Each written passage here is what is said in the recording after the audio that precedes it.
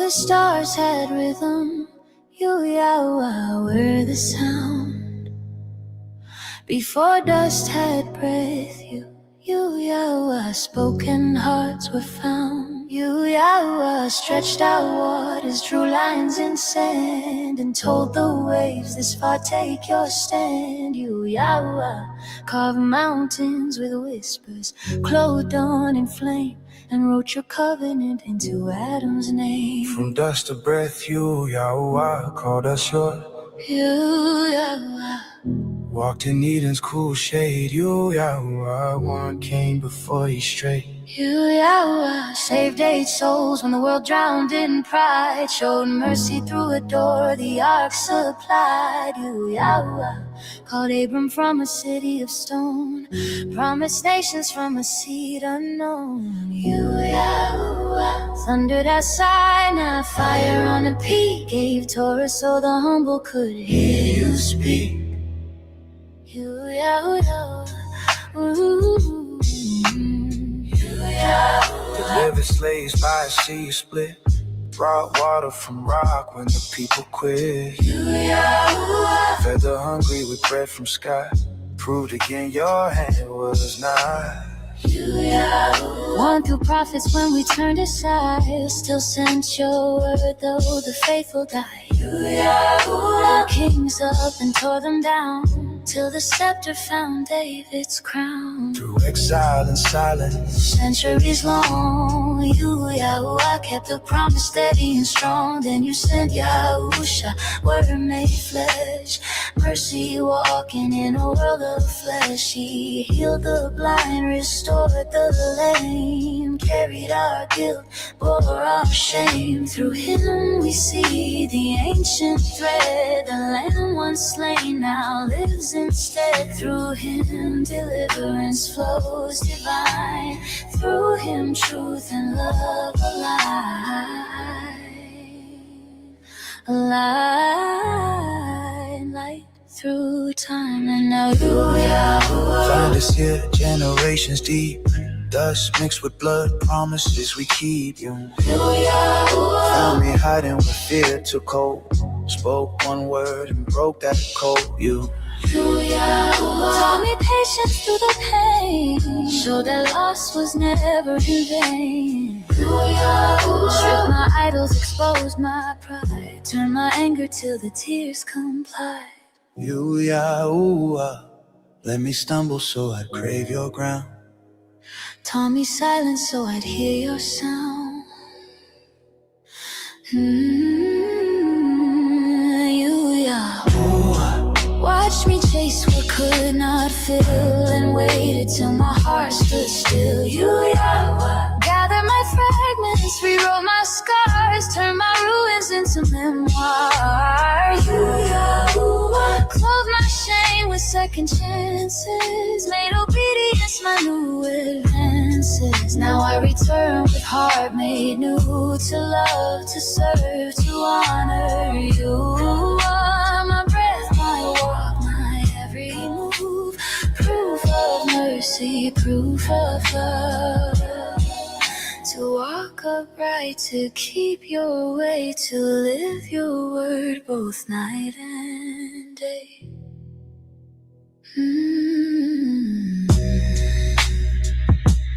Barak YAHUAH, YAHUAH, in the mighty name of YAHUSHA.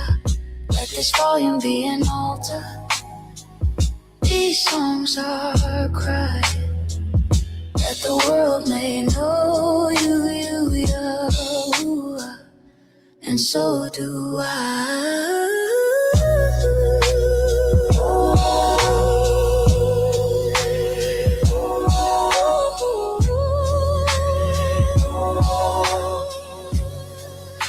And so do I.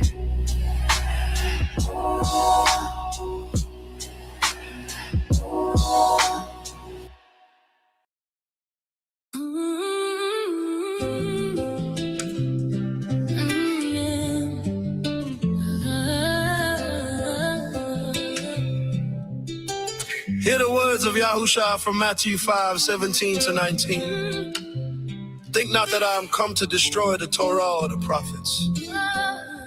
I am not come to destroy, but to fulfill. For truly I say to you, to Shamayim and earth pass, one jot or one tittle shall in no wise pass from the Torah, till all be fulfilled. Whoever breaks one of the least commandments and teaches men so, shall be called least in the reign of the Shamayim. But whoever shall do and teach them, the same shall be called great in the reign of the Shamayim. We the assembly. Let's go! If you never heard of Shabbat, let me share it plain. It is rested, it is joy, it is set apart gain. From sunset to sunset, we breathe and we pray. We stop all the buying and selling today. We sing and we read and we learn and we turn. Give thanks to YAHUAH with hearts that burn. Not man-made change, not a burden to bear. It is gift, it is peace, it is covenant care. Open up the book, do not rush to fight. Let the scripture speak, let it flood with light. Lift your hands like leaves in the breeze. Can I get YAHUAH in the comments, please? Let that rhythm roll right where you're at. Drop room, YAHUAH in the chat. Luke 23:54-56. That day was the preparation and the Shabbat drew on. The women saw the tomb and how his body was laid. They returned prepared spices and ointments, and they rested the Shabbat day according to the commandments. Let's go, we the assembly. Now one jot, now one tittle. His word stands never little. If heaven is above and earth is below, then Torah still speaks and the river still flow. Now one jot, now one tittle. Truth cuts straight down the middle. Yahusha said it clear on the mountain so high, so we keep Shabbat and live YAHUAH. Yeah. Don't believe us, fact check us. Don't believe us, fact check us. Let's go. To the ones who say the law is gone, let us sit with Shalum written on. Acts 13:14-15 tells, enter Antioch on Shabbat, the message dwells. They read the Torah and prophets aloud. Shavuot sat with the gathering crowd.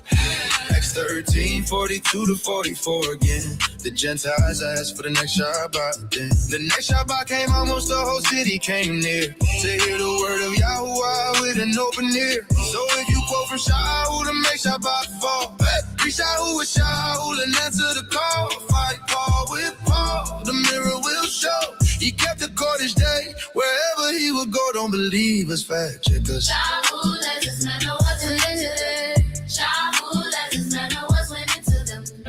Shaul as his manner was went into them. In 3 Shabbats he reasoned with them out of the scriptures. Colossians 2:16-17 is read.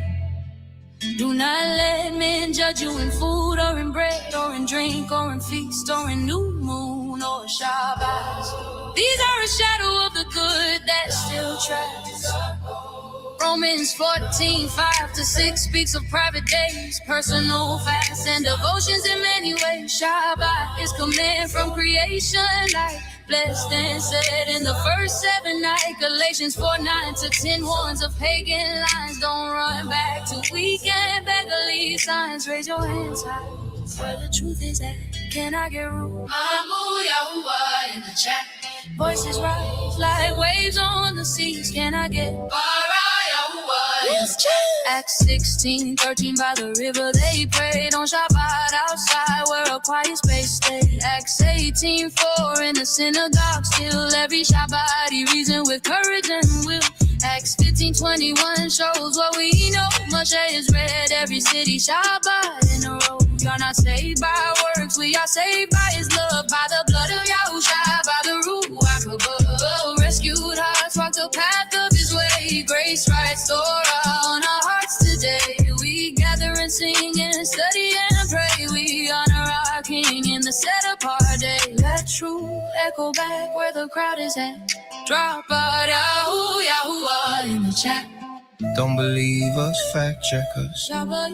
Don't believe us, fact check us. Shabbat Shalom family, we stand as one. We the assembly under YAHUAH, the one. From creation to the mountain to the early crew. From Myshpaka to Shavuot to the saints. We view one story, one rhythm, one Kodak decree. To Shamayim and earth pass, his word will be. Not one jot, not one tittle, we will say it again. His word shall remain, his love shall reign. Let's go. Faith is moving where the voice is at.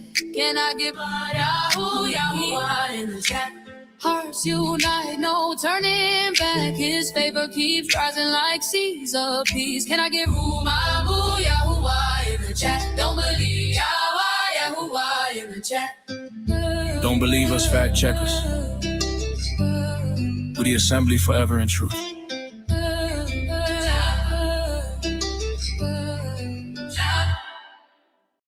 Barak Yahuwah.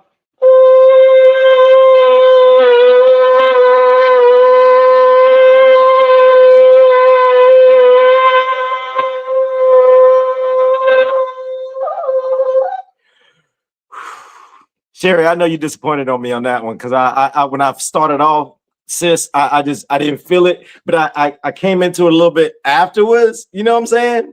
I don't know. I hope it was good enough for you, sis. Y'all, if y'all don't know, Sherry showed me what she explained to me. Woo, man, hold up. Man, you get winded after that. Sherry gave me some tips on how to get that thing to like. And sometimes I get it, sometimes I don't. I don't know. Barak YAHUAH, Shabbat Shalom, Myshpaka. Last night was so fun. I ain't gonna act like I'm not tired. I slept all morning. I got up just enough time just to kind of like, you know, get freshened up, get set up. But I've been out like a light. Oh man, Myshpaka. But last night was a lot of fun. So if you enjoyed last night, let me know in the comments. Barak YAHUAH, put Barak YAHUAH in the comments that you enjoyed it. And today is our last. We have a 3-part series of who are the modern day Pharisees. Part 1, we trailed the forefathers. No, wait. The part 1, what we did was we took a look at Matthew chapter 15, Mark 7, and we examined who the Pharisees are. And we realized the Pharisees is not the traditional church in today's time. The Pharisees is the people within the tribes. The people are waking up who say, "Hey, I'm part of the tribes. I'm part of Judah. I'm part of Yasharal. I'm Israel. I'm part of Israel." They yelling out Deuteronomy 28. We the black people this, black people that. The Pharisees is us. Because inside the book, it shows that the Pharisees were part of the actual people, the leaders, the ones who sat in Moses' seat, and they were teaching the wrong traditions, the wrong commands, and they were doing their own commands. They were leaning on their own understanding. Part 2, we went and took a look at the forefathers. We wanted to see what the forefathers were doing. Were the forefathers like outside the city, outside the land, outside Jerusalem and in other areas? And then when the appointed times came, did they when it was time for the appointed times, did they pack up? Did they head towards the city? The answer is 100% yes. 100% yes. And we also realized that there's some fine print. There's some fine print when it comes to Passover, when it comes to unleavened bread, when it comes to Feast of Tabernacles, all the appointed times. There's some fine print that everybody that keeps saying, we all about the Torah, all about the Torah, they missing. Now, by all means, we're not saying the laws are done away with. The laws are not done away with. No. Don't misunderstand. There is some fine print that gives us more understanding on what we're supposed to do while we're in captivity, while we are in exile. Some people don't feel like we're in exile because they get to walk around free. You're not walking around free. You're mentally enslaved. And that's how it's supposed to be during this time frame. At one point, there was some chains, some irons of yoke around her neck. It was a clank, clank, clank type scenario. Yeah, just because you're not locked up like that, or you got people whipping you and telling you what to do and how to do it and all that type of stuff, doesn't mean you still not enslaved. You definitely still enslaved. I'm sorry. You got to read the book. Your creator's telling you are. Today, we're going to be trailing Yahusha. The world, if you're new and you're used to calling him, it's hard for me to say. I'll just spell it for you. Jesus. That was hard to I don't even like doing that. Okay, yeah, I over-exaggerated on that one. But we are trailing Yahusha, and we're trailing the disciples, we're trailing Paul, and we're trying to see the same pattern. Is it the same pattern as the forefathers? Did they pack up shop from wherever they were and head to the city during the appointed times? The answer is 100% yes, and we're going to prove that today. So in today's time, so if you're in the West, I just got to say this before we move forward. If you're in the West and you're saying, okay, I'm waking up, I'm part of the tribes. If you say you're part of Israel, if you say you're part of Judah, well, you still haven't realized they stole those names, and those are names given to the enemy. But okay, it's Yasharal. Yasharal is actually Israel. Judah is actually, the real name is Yahudah. But let's just meet you there. If that's that person that's doing that, and they're also participating in the Passover, they're participating in all the feast days, and they're doing it in the West. Well, I hate to be the bearer of bad news, but I don't feel that bad about it, because it's in the book, and the book is supposed to make us uncomfortable. You are now sitting in the modern day Pharisees. Now the question is, are you going to humble yourself to Scripture, or are you, Vicky? What up, sis? I'm sorry, Marilyn ain't here, y'all. I just happened to see Vicky like real quick in the comments. Vicky, y'all, I gotta stop. Oh, let me. Wrong person. What up, Darlene? I just gotta say, this sister right here, Barak YAHUAH, Shabbat. Can I get a Shabbat Shalom, Vicky, in the comments? Let me tell you something, y'all. Before I started doing all this, I was scared. Well, I mean, I was terrified. I didn't know what to do. I felt called and pulled, and I end up talking to Vicky and her sister, and I was like, "Yo, ladies, they good friends of mine. This is Myshpaka, right?" And I was almost in tears. I felt like that's how I felt pressured by YAHUAH to do this. And Vicky and her sister, they gave me the right words. They used book. They didn't even open up the book, but they knew it. And they were like, it was, Vicky, was it Elijah? They used the story of Elijah, and it all landed. And then later on, it came up in something else, and it just clicked. And it was like YAHUAH used Vicky and her sister to push me to start doing this. So I just got to say, y'all, 100%. Vicky and her sister, they legit got me there to actually start doing this. So I just really wanted to show Vicky love. That's my sister right there. That's Myshpaka. Well, going back, today we're going over following Yahusha. We're going to see if this is the same pattern. But if you're a person that is doing, or you have done, or you are telling people that we're supposed to be doing the appointed time, especially while we are in the West, well, stick around, please. Don't get triggered. Really see if we're in the book. See if we really see this the right way, because you might be sitting in a very bad position if you don't switch it up.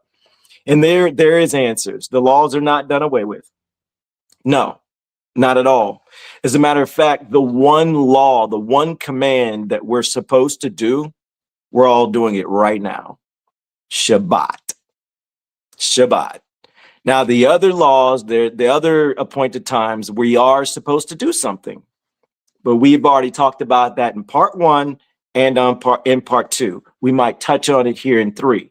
So if you find value in 3, then go ahead and check out part 1 and part 2 and see if all of this connects, see if all this is adding up. But until then, we're going to be hanging out for a little bit longer. We're going to listen to some more music. If you're watching on replay, you can always just fast forward past all this and head straight to the actual study. And one more disclaimer. Can I get a disclaimer in the comments, please? Myshpaka, for the Facebook Myshpaka, every time after we're done with our lives, mainly because we're playing the music and it's our music, but Facebook makes us do an appeal every single time. I'm just letting you know in advance that after we drop the lives on Facebook, every time it hits the music, it mutes the music. So if you're listening and you're like, yo, where did the sound go? We have to appeal. It takes about a week for it to bring the music back. But what I try to do is I try to drop the YouTube link to the study inside the Facebook groups during those muted parts. So if you are watching on replay and you're like, what was up with the sound? That's what's going on. So shame on you, Facebook, for making us appeal off of copyrighted music that is our music and muting it. You don't have to mute it, Facebook. Can I get shame on you, Facebook, in the comments, please? Like, man, y'all tripping. Like, you don't have to mute it. Gosh, making so much trouble. But until then, this is Shabbat, and we're going to celebrate regardless. Let's get it.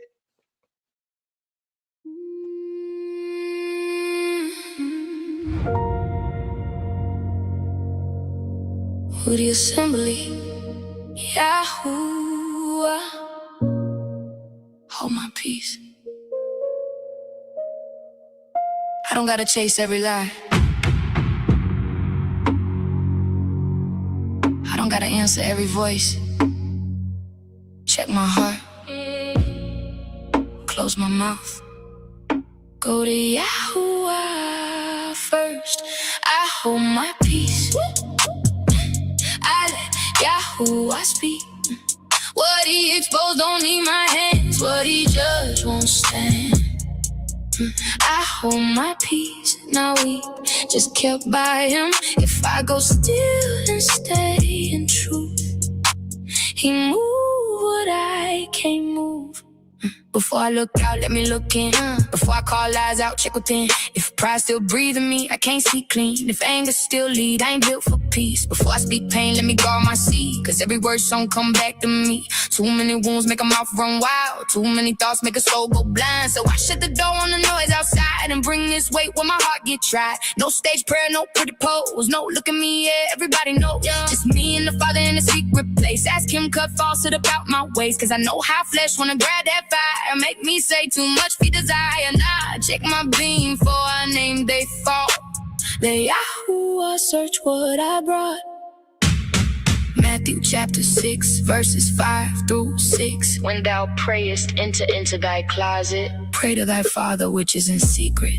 Matthew chapter 7 verses 3 through 5. First cast out the beam out of thine own eye. Now if they talk, let them talk they feel. Every loose word writing up a bill. Every half-truth want a body to wear. Every false tongue think nobody here but the Ruach of YAHUAH know the voice. Hidden speech still make a choice. Cause he hear tongue and he ain't no heart. No secret counsel, stay in the dark. Kodesh, discipline, fleet, deceit. That fake calm can't stay on his feet. Murmuring spread like smoke in a room. Backbiting turn that peace to doom. Lying mouth kill more than trust. Sustain the soul and feed the dust. So why would I echo what poison starts? Why would I help that darkness march? I'm not reposting venom for proof. I'm not cosigning death in the group. Some things fall when you let them breathe. Some pits dig back for the feet that lead.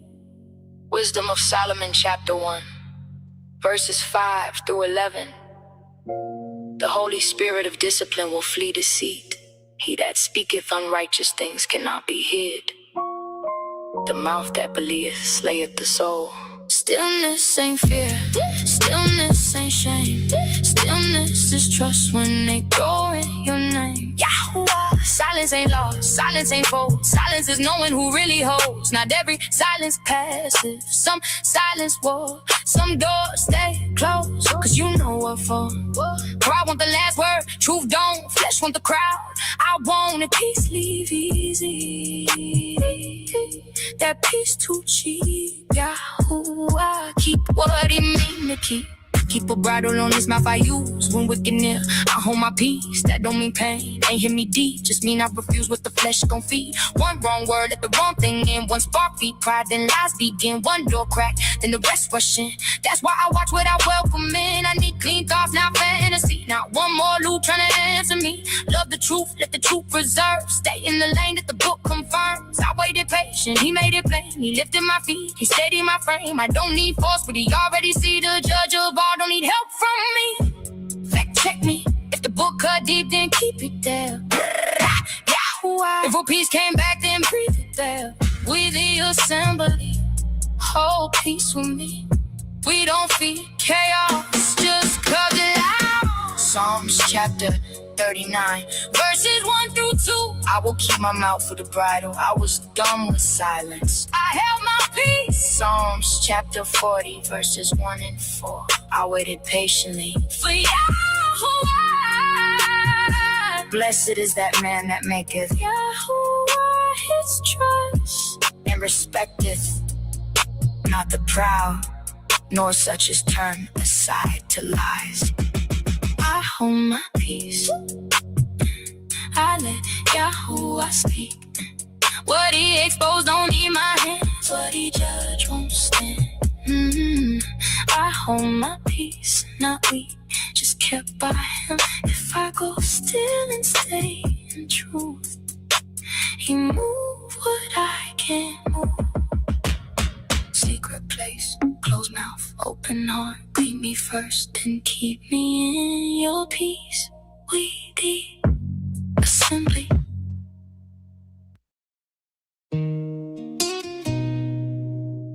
Before you look at them, check you. Before you call it discernment, check fruit. Before you say I'm in the YERUSHALAYIM, let the book prove it. Yeah.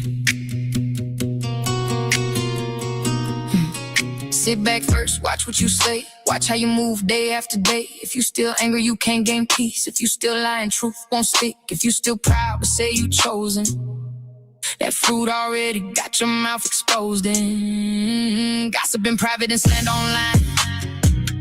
Then quote a verse like that spirit divine. Fruit don't lie, that tree gon' tell on itself. What's in the heart gon' come out by itself. You can say YAHUAH all day with your lips, but if pride, slander, and hate lead you, your vessel done split. Looking where first is the first real test. Not the comments first, not the myths. If you can't check you by the book you read, then you just talking while your own roots bled dead. Matthew chapter 7, verse 16. Ye shall know them by their fruits. Fruit reveals the YAHUAH. Every time, no hiding. Fruit reveals the YAHUAH. Stop the fake disguise. If it's strife that ain't from above, if it's slander that ain't from love, fruit reveals the YAHUAH. Every time. Now watch the pattern, it's wide open. Half truth clips hold, crowd frozen. One person mad, now 10 more pile on. Nobody check twice, not alive for grown. Character killing in the comment section. Pride in the tone, but they call it correction. Using the name while the flesh still steering. That should tell you what spirit you hearing. If they race first, question the message. If they mock truth, question the leverage. If they love strife and stirring division, that fruit already made the decision. And if you co-sign, echo, repeat it. You didn't just hear it, you help feed it. Now that same YAHUAH got room in you. That's how the poison keeps moving through. Matthew chapter 12, verses 36 through 37. Every idle word they shall give account in the day of judgment. By thy words justified, By thy words condemned. fruit reveals the YAHUAH. Every time, no hiding. Fruit reveals the YAHUAH. Stop the fake disguise. And if it's strife that ain't from above, if it's slander that ain't from love, Fruit reveals the YAHUAH. every time. It's deeper than moves, these spirits think up. Power deceit, then the whole thing sink up. Envy go blind, ain't gon' make it move. Falsehood talk slick, not a crowd approve. Spirit of fight, spirit of pride, spirit of lion run side by side. Same old poison, different face. Same old setup, different place. That's why the book keep telling you watch. Don't let that door keep clicking unlock. One wrong agreement, now you in it. One wrong echo, now you spinning. So be still for real, not slogan still. Trust YAHUAH for real, not performative feel. Stop running the flesh for your comfort and proof. The book already told you the end of that fruit. Testament of Reuben, chapter 1, verses 26 through 30. The spirit of fighting, the spirit of pride, the spirit of lying and jealousy. It practiceth deceits, spirit of injustice. Anger versus patience, pride versus meekness, lying versus truth, gossip versus guarded tongue, strife versus peace, envy versus contentment. Check what's growing in you, that's your real alignment. If you repeated, you part of it. If you defended, you part of it. If you entertained it, you part of it. Then wonder why your peace got robbed from it. Don't repost it, don't spread it. Don't dress it up and call it lit. Don't use scripture to shield your flesh. The fruit gon' show a spirit led. Fact check me. If this hit truth drop. Type that check me if you really read and drop. Boom, I move. The book is heavy the ruach. Every time, no hiding. Who reveals the ruach? Stop the fake disguising. If it's strife that ain't from above. If it's slander that ain't from love. Who reveals the ruach? Every time. Yeah. We the assembly. Check your fruit daily. Then let the book weigh theirs. Who reveals the ruach? Every time.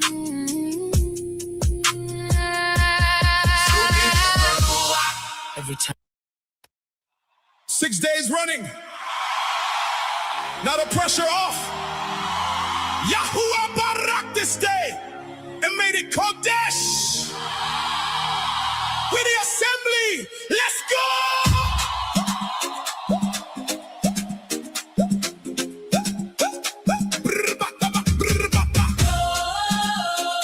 Before the mountain, before the camp, he wrapped up rest. Inside of time, no proving tonight, no chasing applause, just breathe in the room and peace in the walls.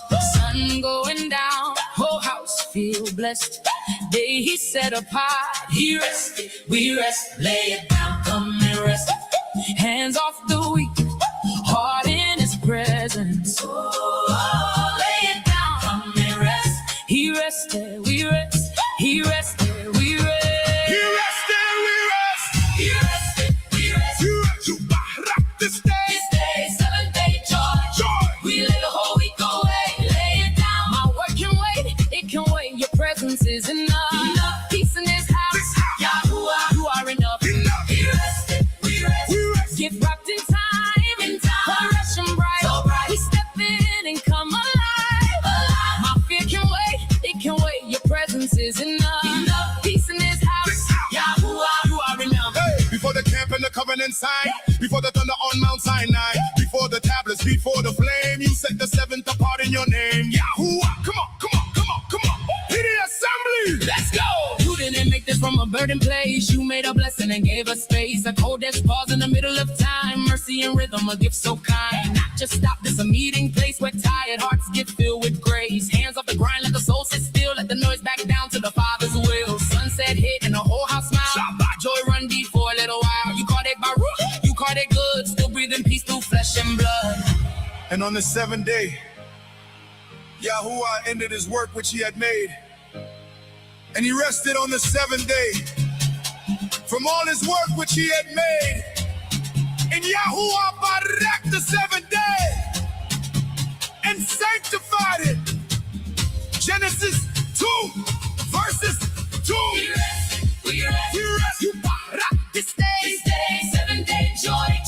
We lay the whole week away. Lay it down. My work can wait, it can wait. Your presence is enough. Peace in this house. YAHUAH, you are enough. We rested, we rest. We rest. Get wrapped in time. Kodesh and bright. So bright. We step in and come alive.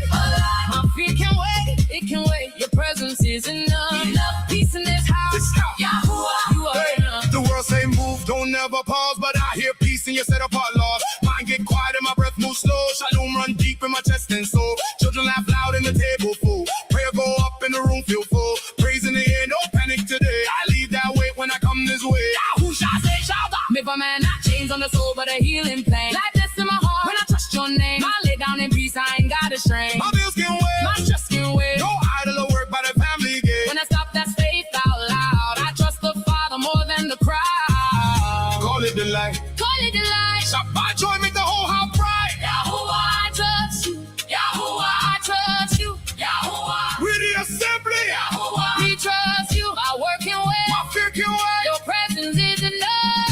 Your presence is enough. Breathe on this house. Peace on this house. Joy on this house. Rest on this house. We delight in you. We delight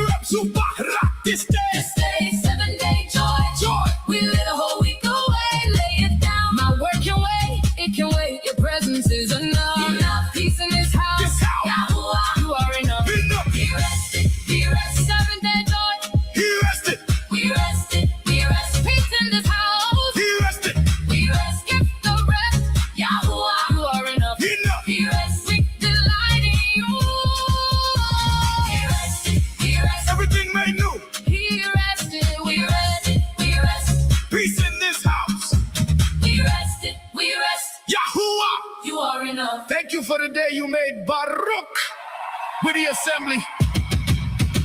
Keep your back locked on this home. Stay in this house. Keep us in Shalum. We rested, we rest.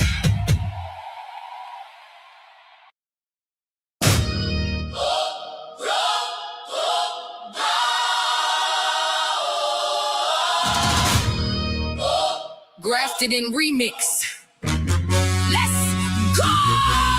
Grafted-in, not cast out. YAHUAH wrote the plan, tree of life, strong roots, faith, make room to stand. Wild branch held tight, same blood run through us. In Yahusha, we rise.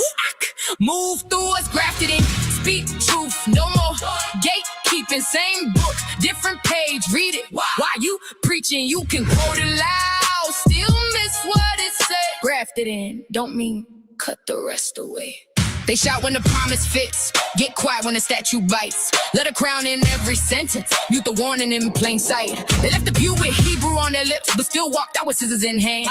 False fringes, same old editing, still trimming with the page commands. You learned your father's sign and rank, then froze when the word read through. Same old filter in a different outfit, still dodging the part that cuts. You fist the covenant like private land. Pointed the prophets would have to scroll. Say the joint one got no place at table like Isaiah never told the whole. You flex the curses and the promises, but skip the charge that comes with the name. Deuteronomy ain't just heritage, always the heart with equal flame. You found a branch in the family line, but left repentance in the dust. Learned to try, but missed the turn and still want the title without the trust. Let not the stranger that hath joined himself to YAHUAH say, YAHUAH hath utterly separated me from his people. Even then will I bring to my Kodesh mountain, for my house shall be called an house of prayer for all people. Isaiah 56, verses 3 through 7. Grafted-in, not cast out. YAHUAH wrote the plan, tree of life, strong roots, faith, make room to stand. Wild branch held high, same blood run through us. In Yahusha we rise. Move through us, grafted-in, speak truth, no more gatekeeping. Same book, different page, read it. While you preaching, you can quote it loud, still miss what it says. Grafted-in don't mean cut the rest away. They boast in bloodline, miss the fruit like pride can't get a branch cut down. Romans 11 already won high minds fall when they wear the crown. You say the graft don't reach the faithful, then who stay clean when the flesh gets loud? Who keeps Shabbat when nobody claps? Who bear good fruit when the pressure's loud? You quote Shaw like a pardon stamp, rip one line and they call it peace. He was correcting chaos in assembly, not giving sin a lifetime lease. YAHUAH loveth the stranger, giving them food and raiment. Love ye therefore the stranger, for ye were strangers in the land. Deuteronomy 10, verses 18 and 19. Our fathers knew the family record, still got scattered when they broke the way. Name alone never saved a nation when the heart kept breaking. Faith.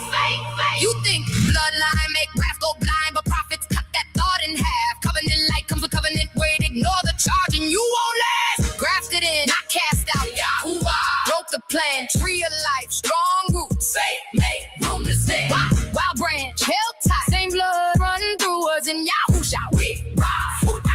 Move through us, grafted-in, speak truth, no more gatekeeping. Same book, different page, read it. While you preaching, you can quote it loud, still miss what it say. Grafted-in don't mean cut the rest away. Same root, same rain, same standard stand. No man can choke what YAHUAH planned. You preach the tree, then deny the branch. Like mercy, stop at a bloodline camp. But the page stay loud, same way, same call. One law for the stranger, same charge for all. So who were you to narrow what he made wide when the root got room for the branch once? Wow. Numbers 15, verses 15 through 16. One ordinance shall be both for you and for the stranger that sojourneth with you. One law and one manner shall be for you and for the stranger that sojourneth with you. If this sent you back to the chapter, drop a back, YAHUAH. If this made you test what you've been hearing, drop room, I'm on YAHUAH. With the assembly, read the full counsel, type back, check me if you're really reading. Grafted-in, not cast out. YAHUAH wrote the plan. Whole page, same truth. That's where we stand. This ain't a shot. This reflection. Same book. Whole section. Where the assembly stands with all I stand with his laws, his commands, and his right ruling. YAHUAH grafted in.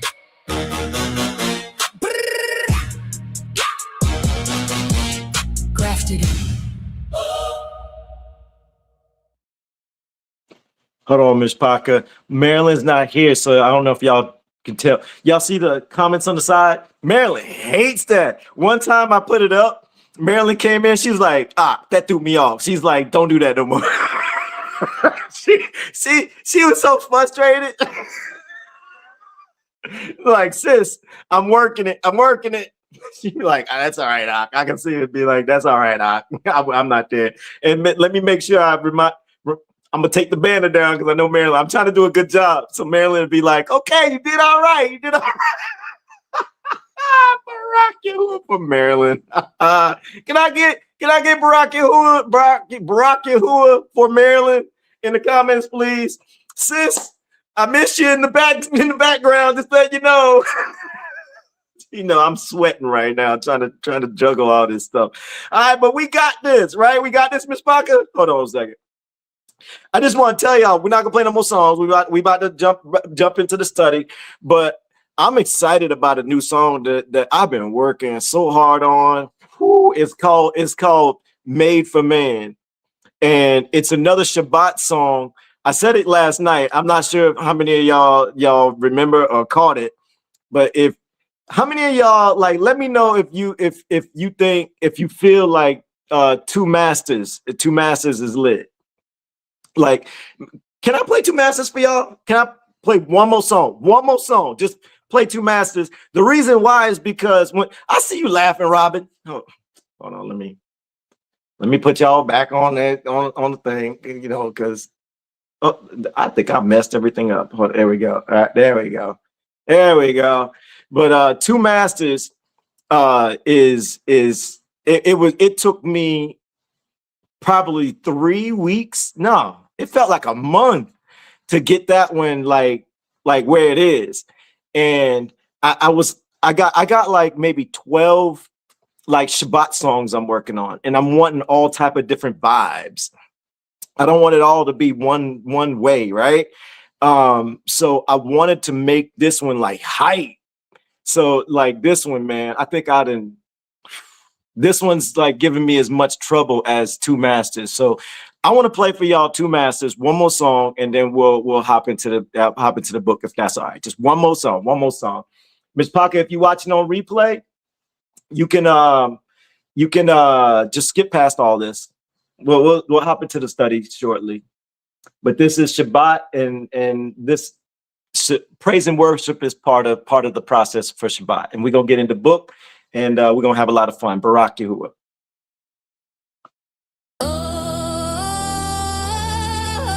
Yeah. Two masters. Choose one. No middle ground, no halfway round. 1 feet greed, 1 feet faith, 1 print paper, 1 print grades. Let's talk facts. Hey. Chasing the bag like freedom inside. Sold my time just to feed my pride. All seeing eye on the dollar sign. They worshiping God, worship design. Clock and scroll, Feed the beast, walk by day. call it peace. Fake rich, fake shine. Price tag so for a temporary line. Who meant that meant not YAHUAH. Babylon Bank got the world on jaw. They branded trust with a print on fade. I'm talking eternity, covenant made. Direct deposit, direct control. Did just ride but the spirit low. Work all week, still feel long. Paid in paper, tax to soul. No on the house, note on the breath, interest receipt till the star what's left. Call it success, I call it death. Smile on the feet, quiet death. No one can serve two masters. You hate one, love the other. Matthew 6:24. Pick your side, truth or paper. Two masters, same choice, new age. Roll the scripture, stage your cage. They print lies, he write light. Pick that side before midnight. Two masters, hearts on trial. True cut deep, no denial. YAHUAH reign, no break climb. Serve the king or serve the dime. They said, hustle hard, I did that race. They stepped back, forgot his face. Now I'm back like prodigal flame. Pocket and people faith I gain. every stream got a hidden string. Followers bold with the idol sing. I don't need flags, I need peace. Treasure in heaven, don't need receipts. Say let's stop capping, ripping quick. Obedience, hit different, legit. Oh. Credit score, Social rank, worth the sign by blink. blink and bang. Trending now, gone by dawn. So still thirsty, moving on every essay. You deserve Why they drain you nerve? If your work rise when your income do, ask who really ruling you. He that trusts in riches shall fall, but the righteous shall flourish like a leaf. Proverbs 11:28. That's real growth. For where your treasure is, your heart gon' live. If you wallet louder than your worship, then greed your God, no ad-lib. Facts. Audit the heart, check the books. Who you serve when nobody look? If the blessing come with a chain, that ain't favor, that's quite pain. Rich or broke, same spirit of chase. Faith in the bag make you lose his face. All that grind just to die with stuff. Miss that joy cause the greed too rough. Babylon fall, stocks crash down. Kingdom rise, crown to crown. I'm done trying to flex with faith. Heard that call, yeah, I stayed. No split love, no double bind. One truth left, renew your mind. The love of money is the root of all evil. Some wander from faith, pierced with grief. 1 Timothy 6:10. Choose the kingdom, not the greed. Two masters, two roads, one flame, world, one fame. I want his name. Paper burn, but glory remain. YAHUAH, well, don't run game. Two codes ring, answer clear. One in truth, one in fear. We the assembly, set in line. Serve the king or serve the dime. YAHUAH, no count. Facts. Don't believe us, fact check truth. Drop kingdom over currency in the booth.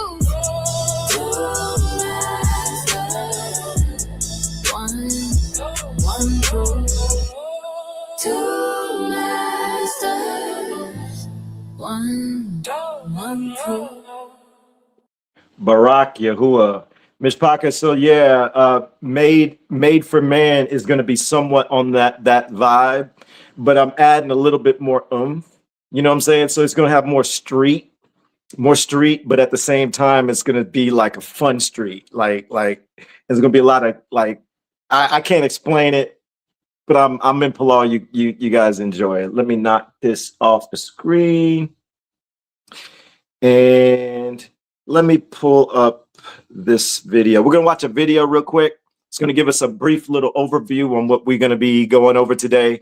It's going to set the table. And then after that, we're going to hop into the book. So let me know in the comments what type of book you're going to be using today. As normal, my fave, I'm in the Hallelujah scriptures. I also got my Sefer. It's or Sefer. I don't know. Yeah, I keep messing it up. I keep forgetting. Y'all be telling me it's Sefer, it's Sefer, and I don't know. I just call it both. Anyway, got this one on standby. Both of them got the apocryphal books, and I got my trusted remix, the KJV. We not gonna be in this one today, but I do get it from time to time. And I got this big old bad boy over here. It's like a little Greek version. I'm never going to touch that. I just think it's kind of cool. I like to have it next to me. I'm just playing. But Myshpaka, let me know what you're using inside the comments. New Myshpaka, pay attention to what everybody's saying they're using. It's not about the version. Every version. If you got somebody that tells you, if they say, oh, you're not supposed to use the Ethiopian because it's this. You're not supposed to use the Sefer because it is. You're not supposed to use the Hallelujah scriptures because of this. You're not supposed to use this, the King James because of this. Here's the issue. There's errors in all of them. Period. Can I get period in the comments, please? The KJV, they didn't, if you're not arguing over the KJV, they didn't took the creator's name out and replaced it with titles, not to mention all type of other stuff that you don't even realize was going on. There's an error there. But guess what? KJV brought me to the truth, right? Okay. The Hallelujah scriptures, it says Elohim. For all you Hebrews or you non-Hebrews, and you like, oh, well, the Hallelujah scriptures is not this, not that, and the other, but you use Elohim. Did you know that Elohim means many gods? Many gods means Baal worship. That means multiple gods. That's why we say YAHUAH. YAHUAH means mighty one creator. One creator. So if you're using, if Elohim comes out your mouth so loosely and you won't let it go, then you're probably sitting in the title of this Scripture study. Who are the modern day Pharisees? You got to do your homework, Myshpaka. Stop playing around. You got to get out your ego. You got to get uncomfortable and look a little deeper. Just because we've been using Elohim, just the same as you've been using God and LORD without knowing it, look into Elohim, it means many gods. That's one of the problems. You're not dealing with just Satan, Hashatan. You're dealing with Satan and Hashatan and many other gods. It's a whole collective, and Satan, Hashatan, Beelzebub, aka Azazel, is the leader of all of them. So if you're saying that YAHUAH is Elohim, you're literally saying YAHUAH is many gods. So if you one of those people, and then you complaining about somebody else's version, you kind of got a problem going on. So, and that's in this one. Seifert. So it's the story. It's the story. And for anybody that tells you, new Myshpaka, I'm talking to you. This is for you, new Myshpaka. This is for you. If anybody's telling you not to use this version over that version, or this version made by a Freemason, King James was a homo, and if they tell you all this other stuff, and King James did a demon, yeah, that's true. It's true. I don't know about the homo part. I don't really care, but did he do a demonology book? He sure did. He sure did. It's actually documented. It's whatever. But here's the thing. It's just a story. You just need to know the story. And then as you elevate your understanding, when you're ready, you feel like you're there financially, or somebody barack you, or however it is, and you're able to get a more restored version. Once you get that restored version, you're still going to have some issues in there too. So y'all need to stop playing with this version is better than this version. And you need to start learning how to tell people, hey, let me tell you what's really going on. There's a lie. There's a cover up. And you just got to keep up with the story. All of them are saying the same. All of them are saying the same. Slight little differences, but they're saying the same. All right. And if you disagree with that, you're sitting in the title of this study. Who are the modern day Pharisees? And unfortunately, I got to say it. I got to say it. Most of the time, it's some of us Negroes from Negro land. That'll make sense to you if you hang out with us long enough. That ain't an insult. We from Negro land and we just don't know it. So we are some Negroes. I'm a Negro from Negro land. All right, let's listen to it. Let's watch a little video, Myshpaka. Let's see here. Let me share the screen. And we are here. Two masters stuck in my head. Barak Yahuwah. Many claim to walk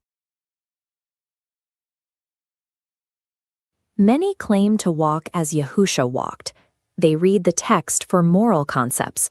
They ignore the systemic behavior. Walking as he walked requires executing his exact operational blueprints. The ancient pilgrimage was a rigid physical journey. Travelers moved supplies across harsh desert terrain for weeks. They marched toward a singular geographic anchor. This was not a local gathering. Today, people observe the appointed times in their local backyards. They pitch tents in modern cities. They assume they have the authorization to do this. The scriptural record documents something entirely different. We must run a systems audit on the text. When the appointed times arrived on the calendar, what did Yahusha actually do? What did the apostles do? Scripture is a binding legal document, leaves no room for geographic assumption. It permits zero personal improvisation. Default deny is the standard. Look at the operational precedent in Luke chapter 2, stone gates of the authorized location. John chapter 7 records the Feast of Tabernacles. His brothers travel to the feast. Then Yahusha travels to the exact same authorized infrastructure. The text says he went up into the temple. He refused to stay at the Sea of Galilee. He explicitly left this geographic location behind. He changed his physical coordinates to comply with the covenant. Matthew chapter 26 records the final Passover preparation. The disciples ask where they should prepare the meal. Yahusha gives a direct geographic command: go into the city. He commanded them to enter YERUSHALAYIM. He bypassed the rural regions. He bypassed the local options. The preparation required the authorized gathering zone. The disciples executed the instructions perfectly. They went into the city. They prepared the Passover within the defined structural hubs. The obedience of the Mashiach was complete. It required physical submission to the authorized geographic infrastructure. He did not alter the map. The earthly ministry of the Mashiach concluded. The systemic requirements did not. The geographic laws remained completely intact. Acts chapter 1 documents a strict containment protocol. Yahusha commanded the disciples not to depart from YERUSHALAYIM. He locked them in the city for the approaching Feast of Weeks. In Acts chapter 2, the feast arrives. Devout men from every nation under Shemayim are present. They did not observe the feast remotely in their home regions. They traveled to the authorized city. The Apostle Paul leaves an unyielding record in Acts chapter 18. He states clearly, "I must by all means keep this feast that cometh in YERUSHALAYIM." He refused to observe it anywhere else. Acts 20 shows his extreme logistical routing. He sailed past the assembly in Ephesus, adjusting his entire pipeline to reach YERUSHALAYIM by the exact date of the feast. Paul arrived and executed the requirements. He physically entered the temple, participating in the required purification offerings. The assembly expanded globally. The Gentiles entered the covenant. The geographic requirement remained active the entire time the temple stood. The protocol never changed. John chapter 4 exposes a critical systemic failure. The Samaritan woman's people set up an alternate worship location. They built it outside the chosen place. Yahusha issues a direct correction. He tells her, "Ye worship ye know not what." He categorizes self-authorized geographic religion as a complete error. Modern localized feast-keeping is the exact same failure. Running a feast in your backyard without the authorized infrastructure is the Samaritan model. If the text mandates the location, then what are we doing? Find the specific scriptural authority that allows you to bypass the geographic obedience of Yahusha and Paul. It does not exist. The choice is strictly binary. You operate within the authorized infrastructure of the covenant, or you practice the self-invented religion of modern tradition. Alignment with the text is mandatory. Self-authorized deviation is a fatal breach. You cannot invent the coordinates. Barak Yahuwah, you cannot redo the commands to your own way. That's we thought we were doing right. We thought we were coming out of the deception, end up falling into another one because we're not reading the fine print. And I'm in Palal that everyone who watches any of these lives, you'll start to see there is fine print we've been walking over. We want it so bad that we look over little small things. And we've been proving that via scripture, not leaning on our own understanding and getting uncomfortable. A lot of us were participating in these things. I was doing I did the Passover. I did it live in front of everyone. And the next year, which is this year, the book corrected me. It was very clear, and I wasn't afraid to say I was wrong and I didn't know. And I'm willing to change it. And I have started my changing. So I'm in Palal that, all jokes aside, I'm in Palal, that means pray, that someone or anyone who has been really adamant that we're supposed to do the law, especially in the West, that you realize we're doing it 6 months off the actual city. You know that everything is centered around Africa and it was hidden from us. You know this. So if we're going to go off the times and the seasons, when he was talking to his people, it was backed up by Africa's times and seasons, not the West. In Africa, the spring and the spring is in September, October, November. And here in the West, it's in March and April. So everyone who did a Happy New Year, a Passover thing within March and April, you're completely in error when it comes to scripture. And I don't hesitate to tell you that. And I'm in Palal that you take the time to study this, take a look at it, and then ask Yahusha, ask Yahuwah, did I miss the mark? And then consider how many people you might have encouraged, the people that you learn from. That means the people you learn from, they mistaught you, which means they might not have the discernment that they've been saying that they have this entire time. You got to check the fruits, and the fruits align with the book, not our emotions, period. Barak Yahuwah. I'm gonna show y'all one more thing, let y'all know that I did for y'all. And I did this because the small group, we've been getting a lot of new people. And I know that our studies are helpful, and the new people don't really know that we do like scripture studies on a high level. I feel like we do it on a high level. Myshpaka, do you feel like we do it on a high level? And I also feel like if a person would take the time to hit play or hang out with us for, we go deep. We'll go 2 hours, 3 hours, 4 hours. We've been live studying for 6 hours at sometimes. And it's almost like we don't even feel it. Like I feel it later on, but because trust me, I do. But my point is that 2 hours makes it feel like you almost got 2 months of information. Am I wrong, Myshpaka? Like if I'm right, like can you please let the new Myshpaka know, like he's right. 2 hours of scripture study with us, you feel, I'm not saying you do, but you feel like you gained almost 2 months. Imagine if you watched 2 of those, 4 months, 3 of those, 6 months, 4 of those. By the time you hit that 4th one, a lot of understanding starts to fly in, and you start asking more qualifying questions. Well, I did something for everyone because I noticed there were some people in our small group. They're feeling defeated, and I get it.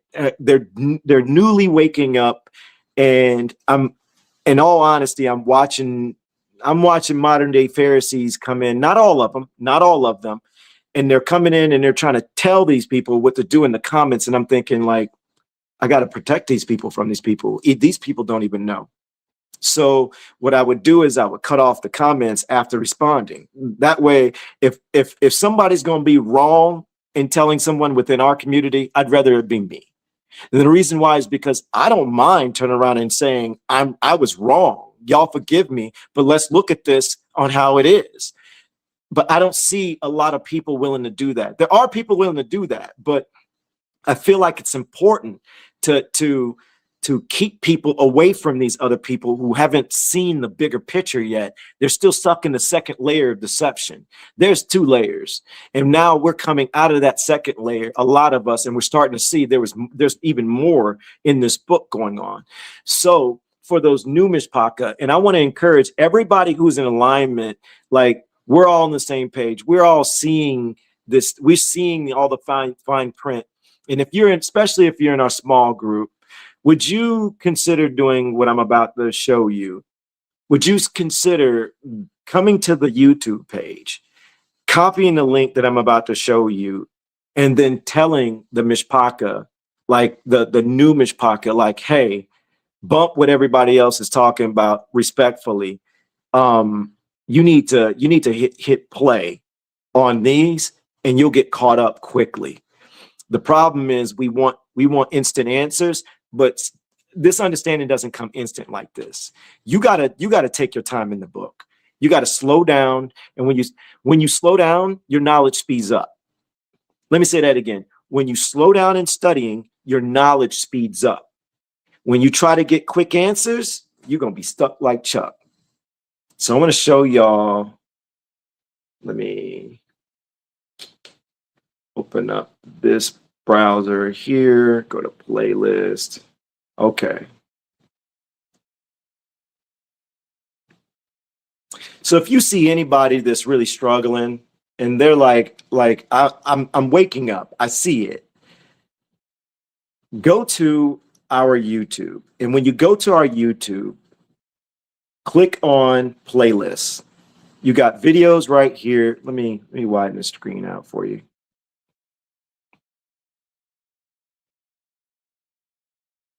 You got videos, you got shorts. Here's the lives, right? Here's the podcast, but here's where you want to go as playlist. Click on playlist. And yes, you'll find the music right here, but that's not what I want to show you. What I did was I made a playlist for our scripture studies. So let me click on this real quick. And did to the soldier and his friend, pausing it. Now, if I click right here, oh, wrong button. What I did was I created a playlist for all of our scripture studies that we do. This is last night's.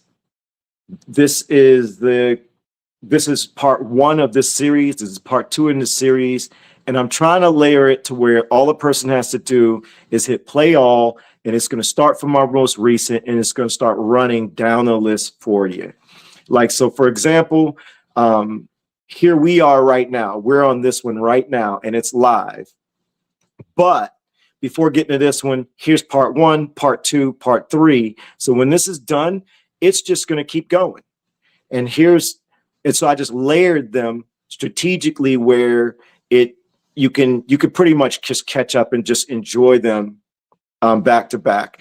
And if you're a person that's struggling right now, you're feeling kind of like defeated, I encourage you to scroll all the way down to, actually, I don't encourage you to like scroll all the way down. What I encourage you to do is hit it, play, and listen to them all. But if you need some instant like answers of you struggling, you're feeling like defeated, depression, you're feeling lonely and all this other stuff, scroll down to here, round 1, lonely but not alone. Hit play here and listen to that one, that one, that one, that one, that one, that one, finding YAHUAH, that one. Those right there, you're gonna instantly have. Oh, my bad. Oop, wrong button. You're gonna instantly have like a lot of confidence in where you're at in your walk. You're gonna realize that your struggle is actually part of your process, and you're not behind. You're not messing up.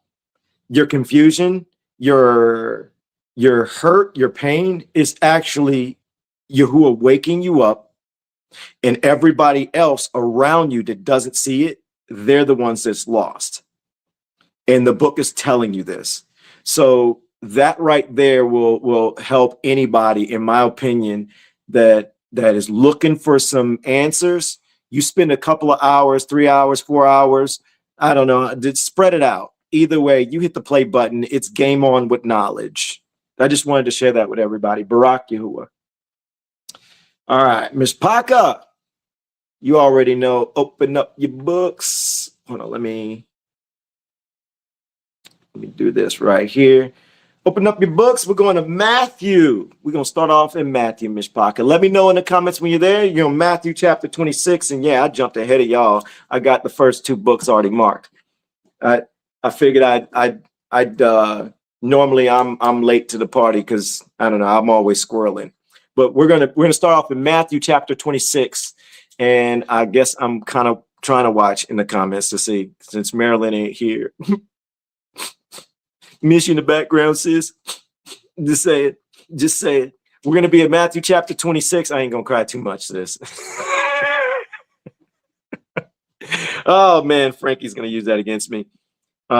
He's going, babe, Elon was crying on the live. Like, he was, like, shedding tears that you were not there. He was being a crybaby. You know, like he's a crybaby. I'm giving him an Arabian voice. I don't know. Frankie's going to use that against me. We're going to start at verse 17, Myshpaka, verse 17. And I can't pronounce some of these things, so I'm just going to spell it out. All right. And on the first of MATSTSOAOTH, I have the Hallelujah scriptures. So mine's a little different. All right. The disciples came to Yahusha, saying to him, "Where do you want us to prepare for you to eat the Passover?" So they're asking, like, what location? Where are we going to do this? Where are we going to do this, Yahusha? Like, what's the game plan? Verse 18. And he said, go into the city to a certain man and say to him, the teacher says, my time is near. I am to observe the Passover at your house with my disciples. So he says, go into the city. So apparently they were not in the city. And he's telling them to go to a certain man where they can perform the Passover within the city. What else happens?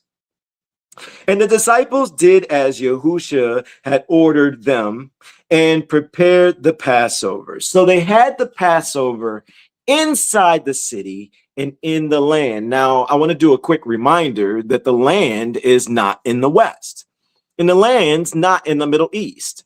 They've hid that from you. The land is actually in Africa.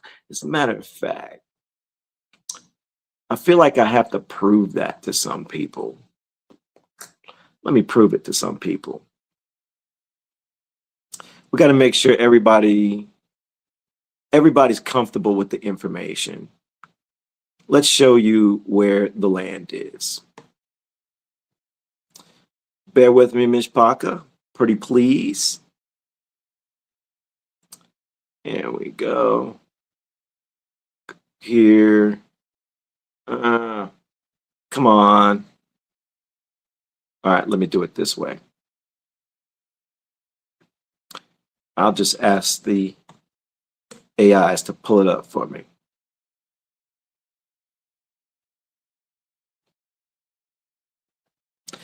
I'm live on Facebook and YouTube right now. I need you to pull up the exact link where it's clickable to the Library of Congress, United States of America. You're looking for the Emanuel Bowen 1747 map of Negro land, labeled an accurate map of Negro land and adjacent countries.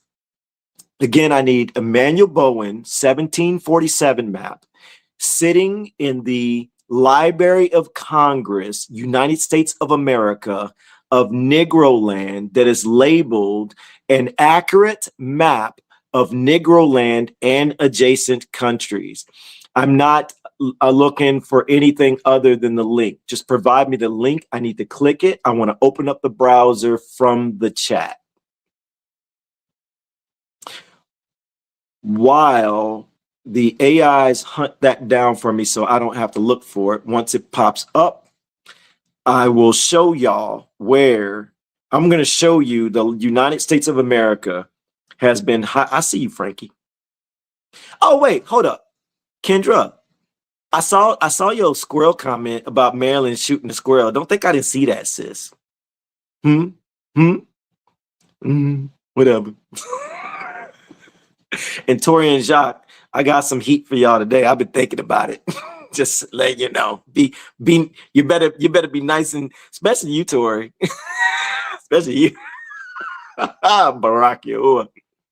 But Myshpaka, on this map, it shows the kingdom of Judah, and I'm going to show you in real time. I'm going to show you we're going to navigate onto the page, and I'm going to show you the kingdom of Judah. And the United States have been having this map, which is labeled Maryland. I see you, sis. It's actually, it labels the kingdom of Judah, and United States have been having this map for 29 years before the founding of the United States of America, which is in 1776. And for all you Negroes from Negro land that don't know you Negroes from Negro land, I need to let you know you ain't getting no reparations. That ain't how this works. If you over here saying Black Lives Matter and y'all owe us this and y'all owe us that, you ain't in the book. You more in the world. You need to come out of her, my people. This is supposed to go down. You in captivity. You need to wake up. You in exile. The book says we playing this out. United States, they're not going to give you jack. They're going to burn this place down before they give you anything. And they're going to burn this place down before they admit that they know who you are. The book tells you this. He didn't turn around and the book said, okay, later on, he says them Revelation 2939. He says the Revelation 2939 people, and that's a different story. Let me tell you, Now, if you want to go to book don't say that Egypt, Babylon is going to admit fault. The book don't say that. The book says Babylon goes down in 3 hours time in second Ezra. In Revelation, it says it goes down in an hour. I'm just waiting for it to happen. Barak Yahuwah. But in Revelation 2:9 and 3:9, it does say some other people are going to bow down to you and admit that they are liars. So let's look at that while we get the Emmanuel Bowen map.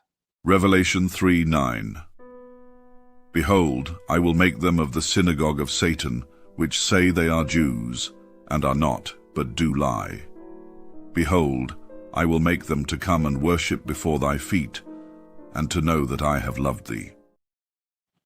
Okay, so the Revelation 3:9, 2:9 and 3:9 people, he just said that he gonna make them worship by your feet, and he gonna show like they gonna admit those people. That's book. That's book, but it don't say United States is going to admit to anything. Wait, that was 3:9. Here's 2:9. Revelation 2:9. I know thy works and tribulation and poverty, but thou art rich. And I know the blasphemy of them which say they are Jews, and are not, but are the synagogue of Satan. Okay, so those people, he says that they're going to admit at one point. So that's what we should be looking forward to, because your identity got stolen. You want reformations more than your actual identity, because you think you know who you are. You don't know that you Negroes from Negro land. Is this landed? Is this hitting? Okay, let's take a look at this United States of America.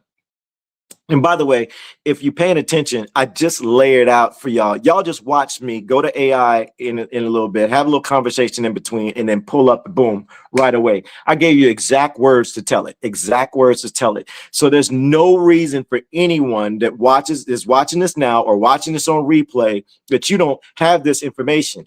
Honestly, this is stuff that we need to be sharing. You want the truth out? If you want the truth out, here's what you do.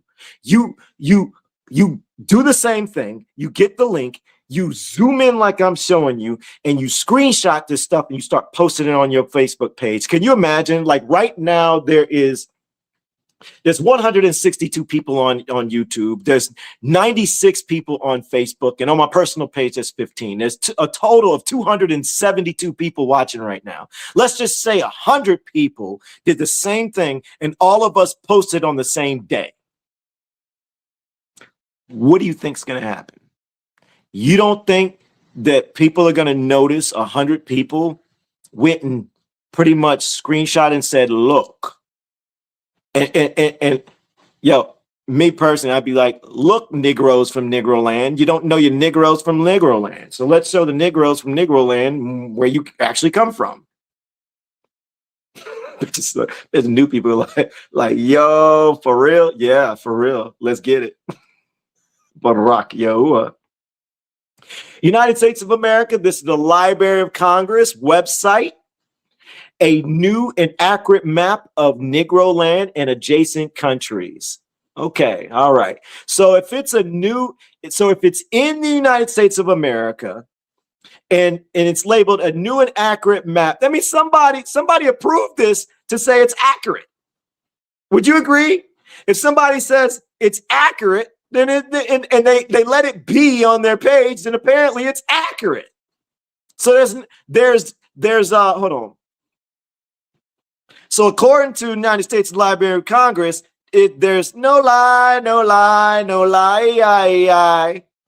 throwing it out there, just saying. Now going back to the no lie, but it is a lie because they ain't telling you the truth. Let's click on this bad boy. Now we're going to click on it, open up the map. Now, when you go here, let's zoom. Now you see Negro land clearly right here. Negroland. Negro land right there. Let's zoom in a little bit more for the Negroes from Negro land that don't know. Negro land. This is the West Coast area where the slaves were taken. But here's the interesting part. Move up a little bit, zoom in, scroll down, zoom in some more. Let's see. Kingdom of Judah, right there. Bang. Kingdom of Judah, right there.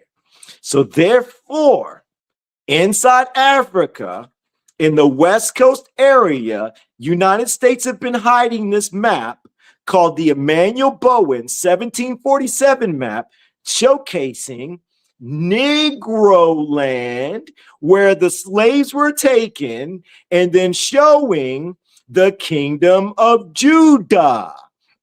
The kingdom of Judah right there. So let me be very, very clear. So if the kingdom of Judah is sitting in the West Coast area where the slaves are taken, then who the heck are these people saying? Revelation 2:9. I know thy works and tribulation and poverty, but thou art rich. And I know the blasphemy of them which say they are Jews, and are not, but are the synagogue of Satan.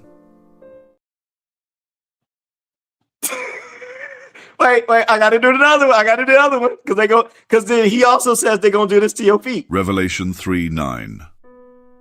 Behold, I will make them of the synagogue of Satan, which say they are Jews, and are not, but do lie. Behold, I will make them to come and worship before thy feet, and to know that I have loved thee.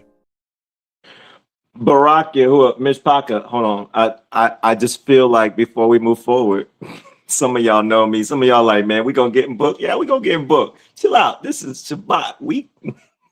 I don't rush for nothing.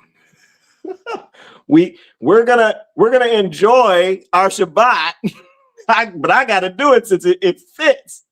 You know, since we talk about them Negroes from Negro land.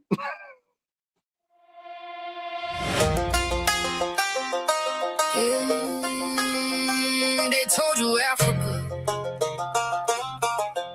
They told you Africa. They told you Africa. Never told you Judah.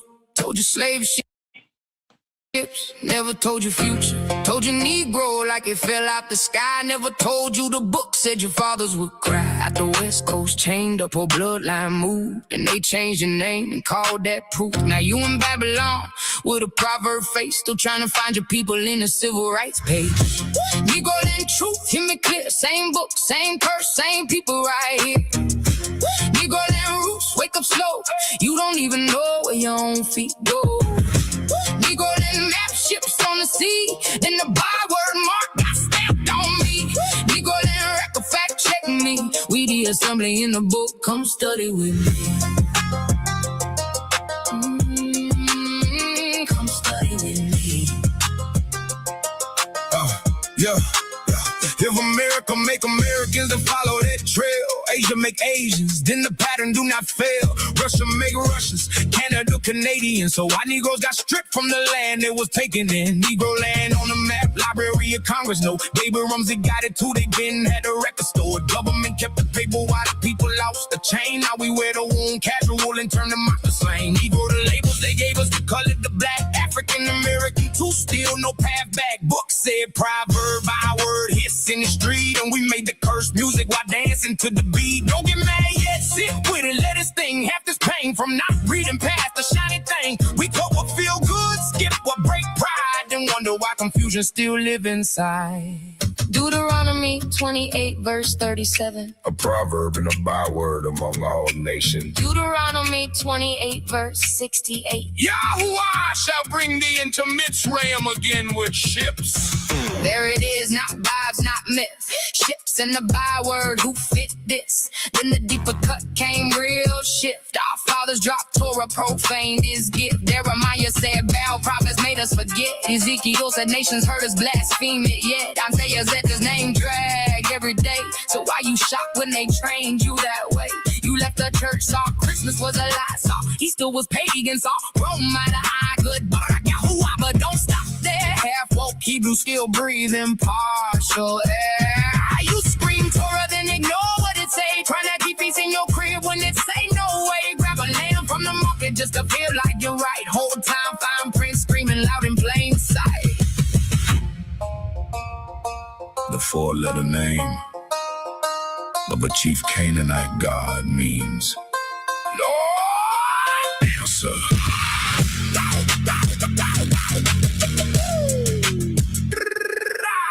Still calling him Lord, don't know what you're saying. Still using the title while Jose kept praying. Still saying you woke cause you stepped out the church, but the book keep digging and it still got work. You say my Lord, but ain't checked the root. Said normal, never question truth. Passed it down like it came from above. Whole term tied to a different love. That ain't small, That's a serious claim. Book steady, removing them names. So every time that title roll off your tongue, you might be echoing what your father's done. Thou shalt call me Ishi, and no more Bali. Hosea 2 verse 16 and 17. Negro in truth, hear me clear. Same book, same curse, same people right here. Negro in roots, wake up slow. You don't even know where your own feet go. Negro in truth, break that spell. Read the whole verse, let the whole book tell. Negro in record, fact check me. We the assembly in the book, come study with me. Come study with me.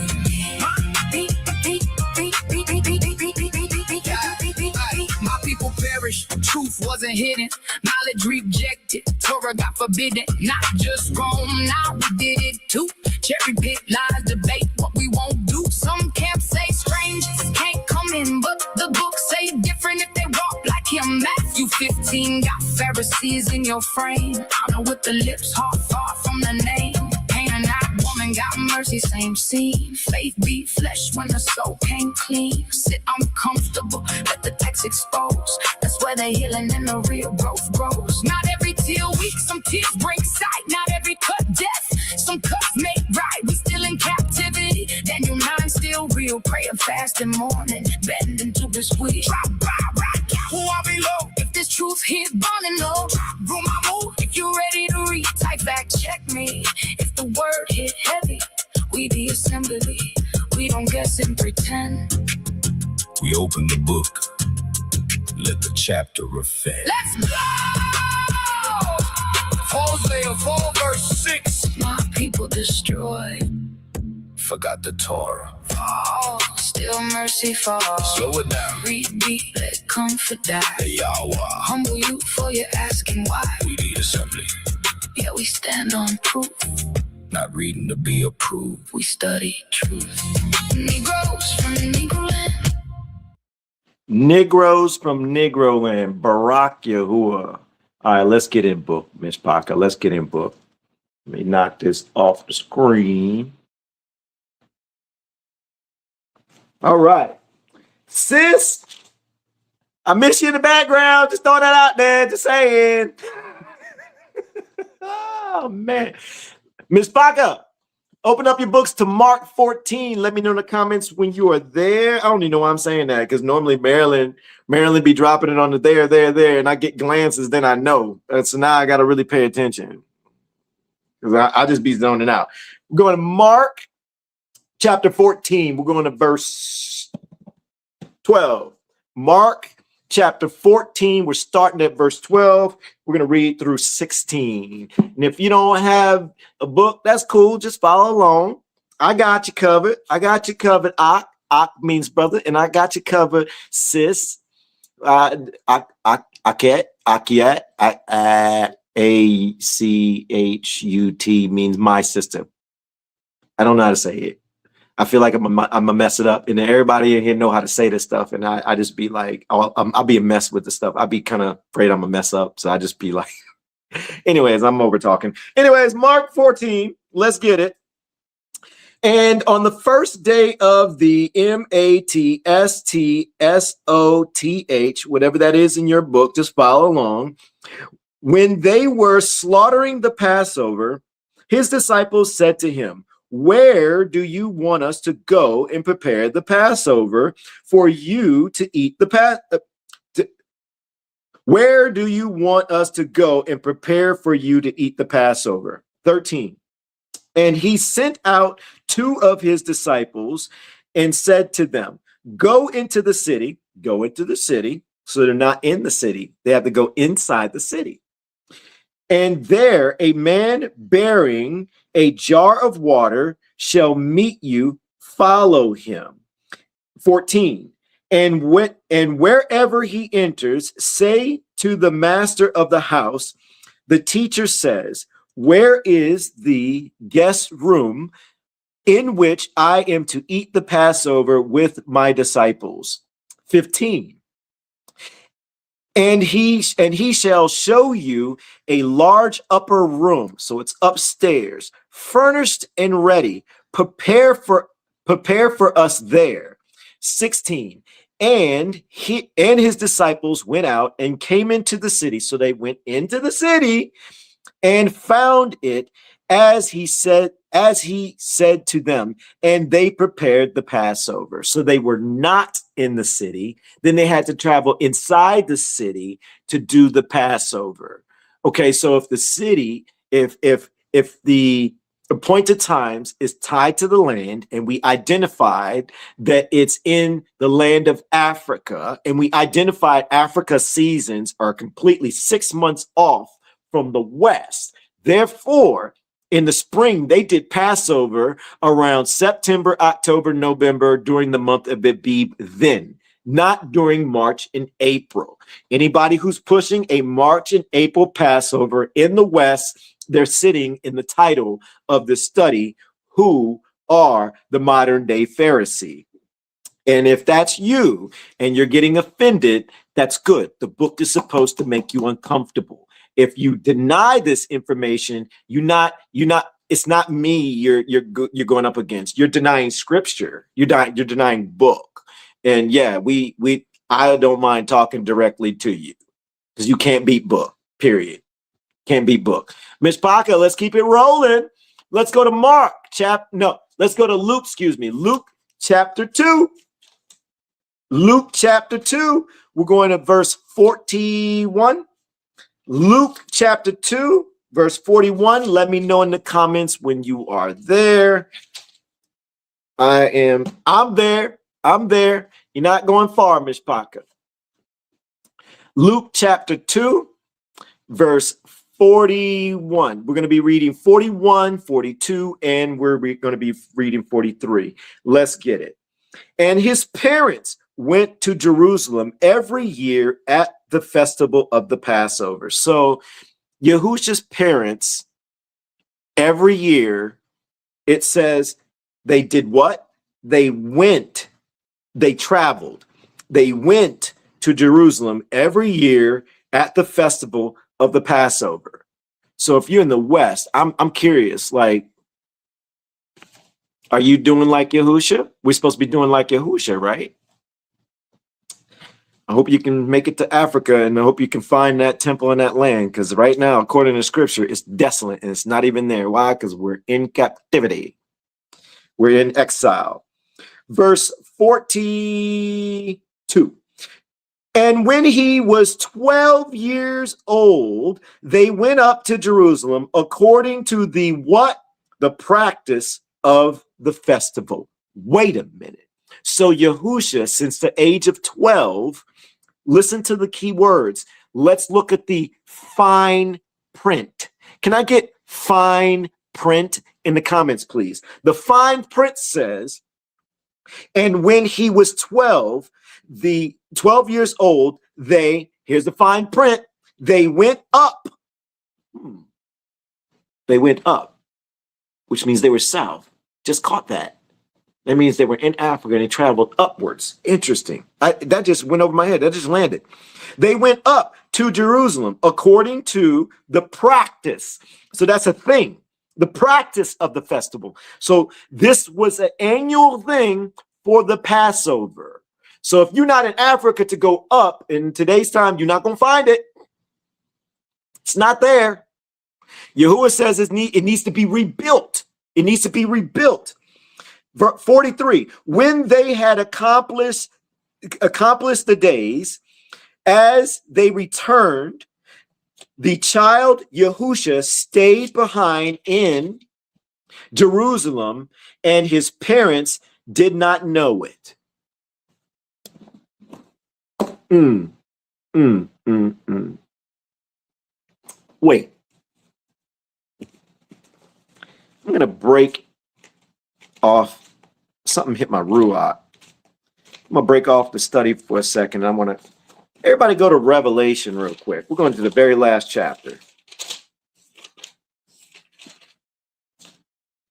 Hold on, I got to find it because it's, found it. Y'all meet me in Revelations chapter 22. Something in me says to do this right now.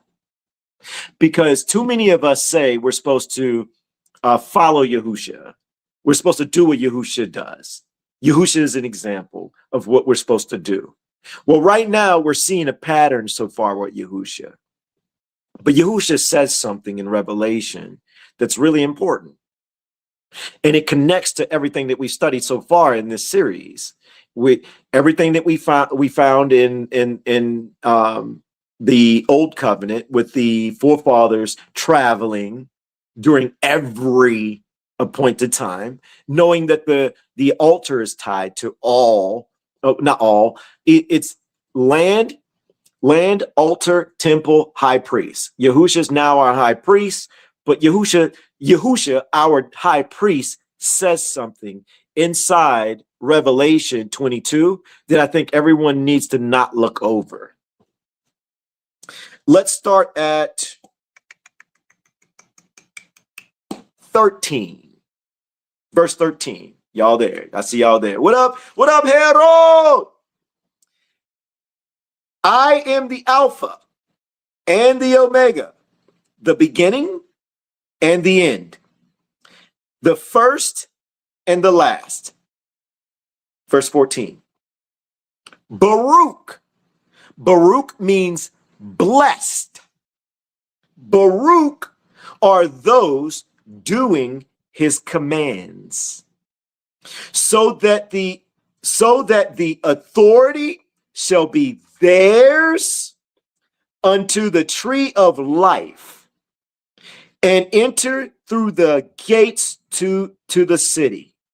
But outside are dogs and those who enchant with drugs and those who are whores. You know, it's funny because like in Ezekiel, in Hosea, and Jeremiah, and all these other books, YAHUAH is referring to our ancestors as whores. I'm just throwing that out there. I mean, don't just think like bounce to pow wow tied to that. I mean, he literally called us whores, whoring after other nations, whoring after their ways. So I just throwing that out there just as a side thought, just consider it.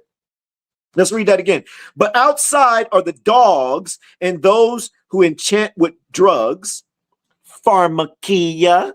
Pharmakia is the Greek translation for pharmacy.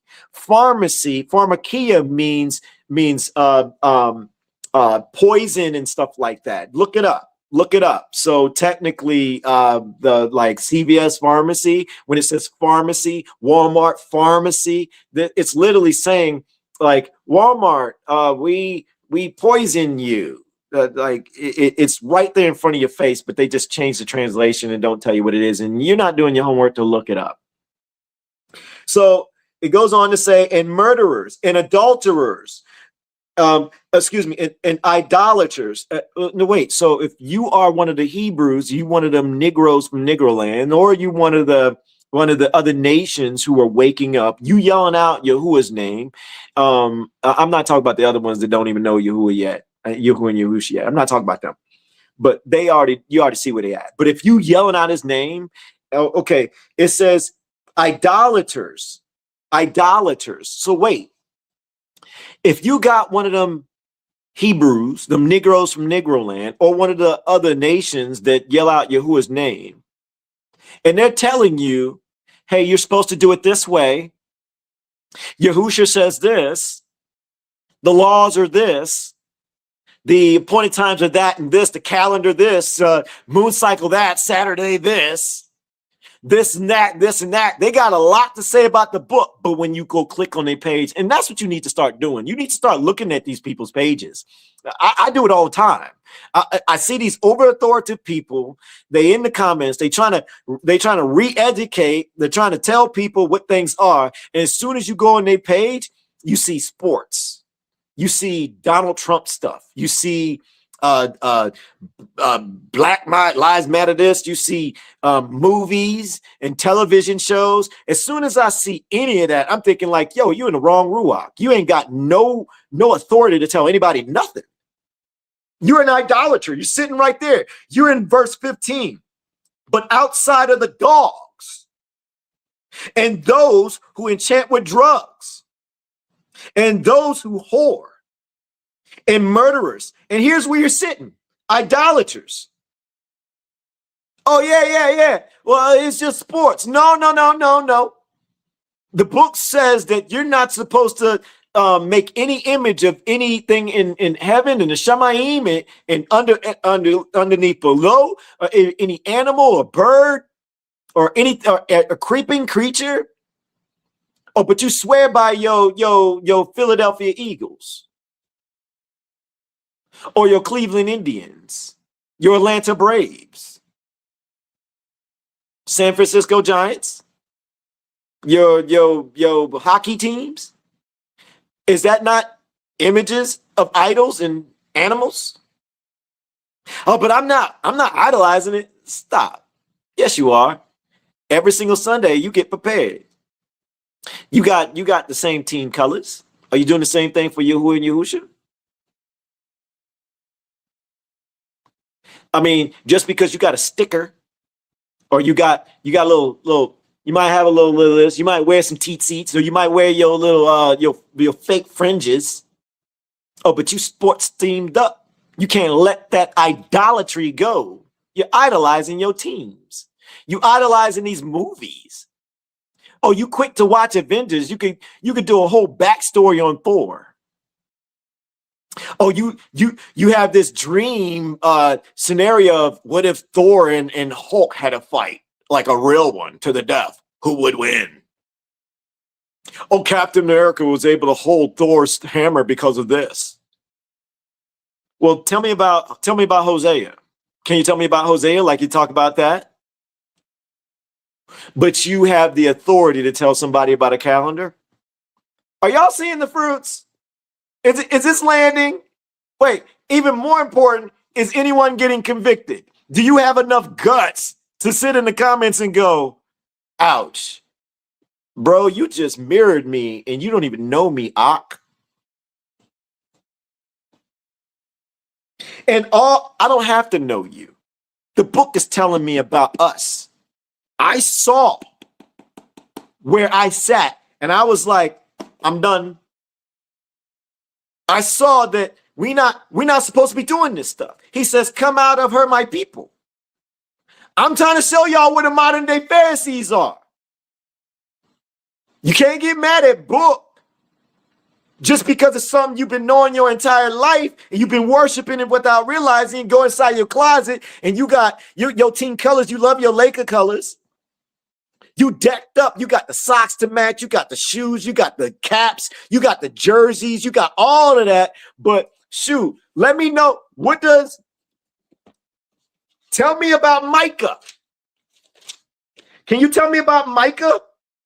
Can you give me something bigger than Proverbs and Psalms? Or anything more than Paul? Or Galatians or anything like that? Can you tell me some real stuff? What goes on in Joel? Because in Joel, you find out the Greeks are some bad guys. I almost said something else. Oh, but some of y'all yelling out G-O-D and L-O-R-D and J-C. You following that Greek doctrine. You idolizing so much, you don't even realize you worshiping the enemy. You didn't even know about the statue in Daniel 12. Or you know about this Daniel 12 statue of Nebuchadnezzar of the gold, the silver, the bronze, and the iron of clay in the feet. But you didn't realize that those are the bad guy kingdoms. You didn't pick that up, that your creator said, hey, these are the kingdoms. These are the bad guys. Have enough discernment not to trust them. Don't trust man. But you're over here talking about Greeked up doctrine this and Greeked up doctrine that. And the Greeks are sitting in bronze and iron on the statue, and they're the bad guys the entire time. But you over here saying, oh, well, we're supposed to worship this. JC said this. And JC said, you don't even know you Negroes from Negro land. Barak YAHUAH. And all who love and do what? Falsehood. Wait, hold up. Let's hit 15. Can I hit 15 one more time? This is Revelation chapter 2. We're at verse 15. But no. Let me read this over. Because we're supposed to follow the laws and commands, right? We're supposed to follow we're supposed to do like Yahusha. And if you're not at Yahusha yet and you call him Yeshua, okay, fine. I'll meet you there. And if you still at the JC, but I'll meet you there still. So if you're supposed to follow him, let's follow the commands. What does he say? Let's start this over. 13. I am the Alpha and the Omega, the beginning and the end, the first and the last. Verse 14. Baruch means blessed are those doing the commands. So that the authority shall be theirs unto the tree of life and to enter through the gates into the city. 15. But outside of the dogs and those who enchant with drugs and those who whore and the murderers and the idolaters, those sports people, those people who love their movies, they music, and they idolize the celebrities. They love that, some Beyonce, some Kendrick Lamar, some Drakes. You like the gossip TMZ stuff. Ooh, the gossip TMZ stuff. Oh, you can't wait for them to tell you about the news between Cardi B and her latest boy toy and all this other stuff. Oh, you love that type of slander and gossip. Is this hitting? If you're one of those people that you share, that's another thing. If they sharing that type of stuff, hip hop celebrity news, what happened to such and such? Look what Snoop Dogg said. This person said this online. I can't believe this. Y'all, this police officer did this, and I think this is wrong. Oh, let me tell you a story about what happened with such and such. Gossipers and slanderers. If it's on their page, if they're not on their page, their fruits are showing. That means you turn around and say, wait a minute. How are you over here trying to tell me about calendar, or tell this person about calendar, telling this person about this and telling this person about that? But I look on your page and I'm seeing nothing but stuff against the book. You're sitting with the wrong ruach, and then you claim you got discernment. No, your fruits are showing. I don't think I need to listen to you. I think I'm going to move on. Blocked. And those who whore and murderers and idolaters and all who love and do falsehood. I, Yahusha, have sent my messenger to witness these to you in the assemblies. I am the root and the offspring of David. That's that's Judah. That's Yahudah. So he just told you he's from the tribe. His bloodline is tied to the tribe of Yahudah, which these people right here. Revelation 2:9. I know thy works and tribulation and poverty, but thou art rich. And I know the blasphemy of them which say they are Jews, and are not, but are the synagogue of Satan. And somehow those people say that they're from the tribe of Judah. That's interesting. But according to this map right here,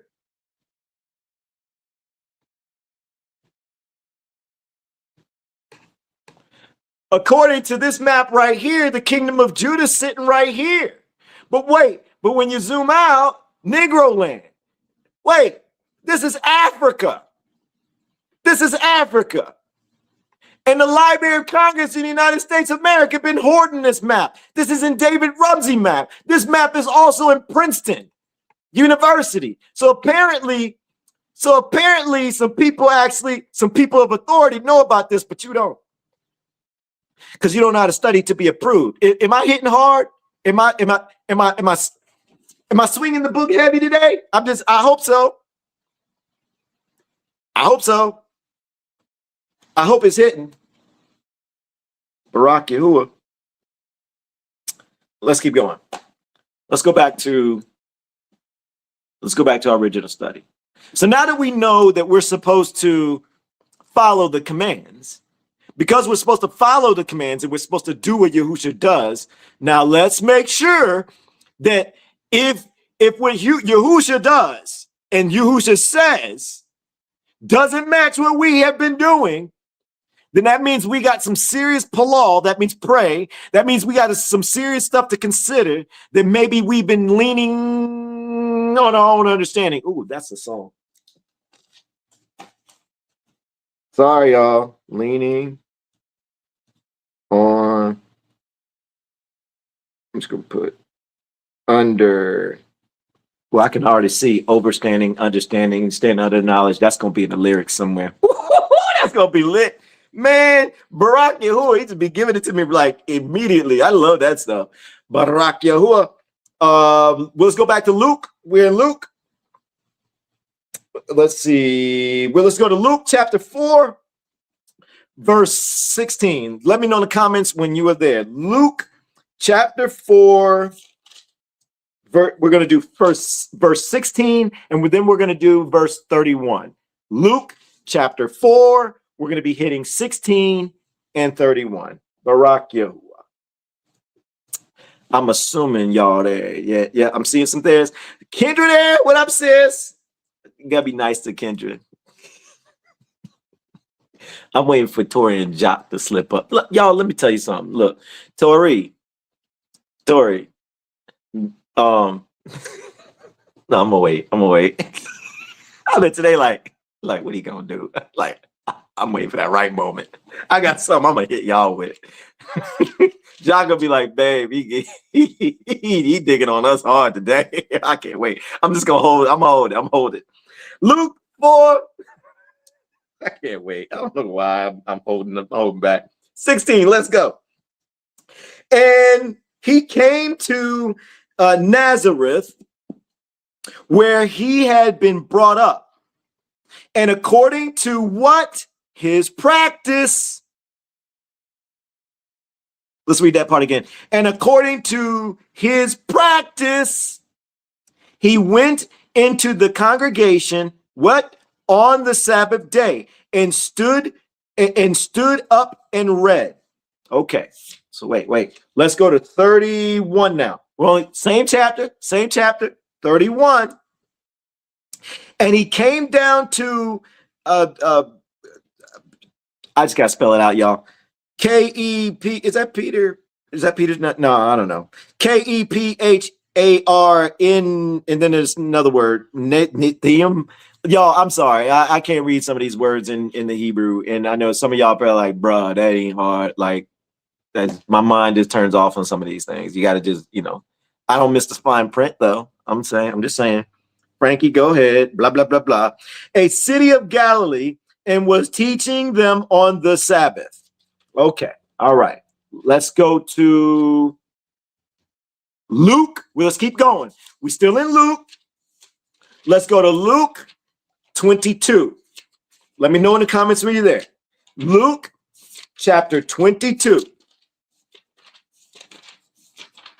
I'm almost there. Jock already threw Tori under the bus. Oh, no, wait. Sis, Jock already threw Tori under the bus. I'm sure he won't mind doing the same to you, Ayla. Y'all, Kendra trying to instigate. I gotta pull a Maryland emoji. Oh man. Like, oh. That's Maryland's famous little emoji. She always uses that one when everybody tripping. Everybody tripping. Maryland's like, man, y'all leave me out of this. Johnny J, I see you, Aki. All right, let's see. Luke 22. I'm so behind. Thunder there. Man. All right. We're starting at verse 7. 22, verse 7. In the day of Mattsotth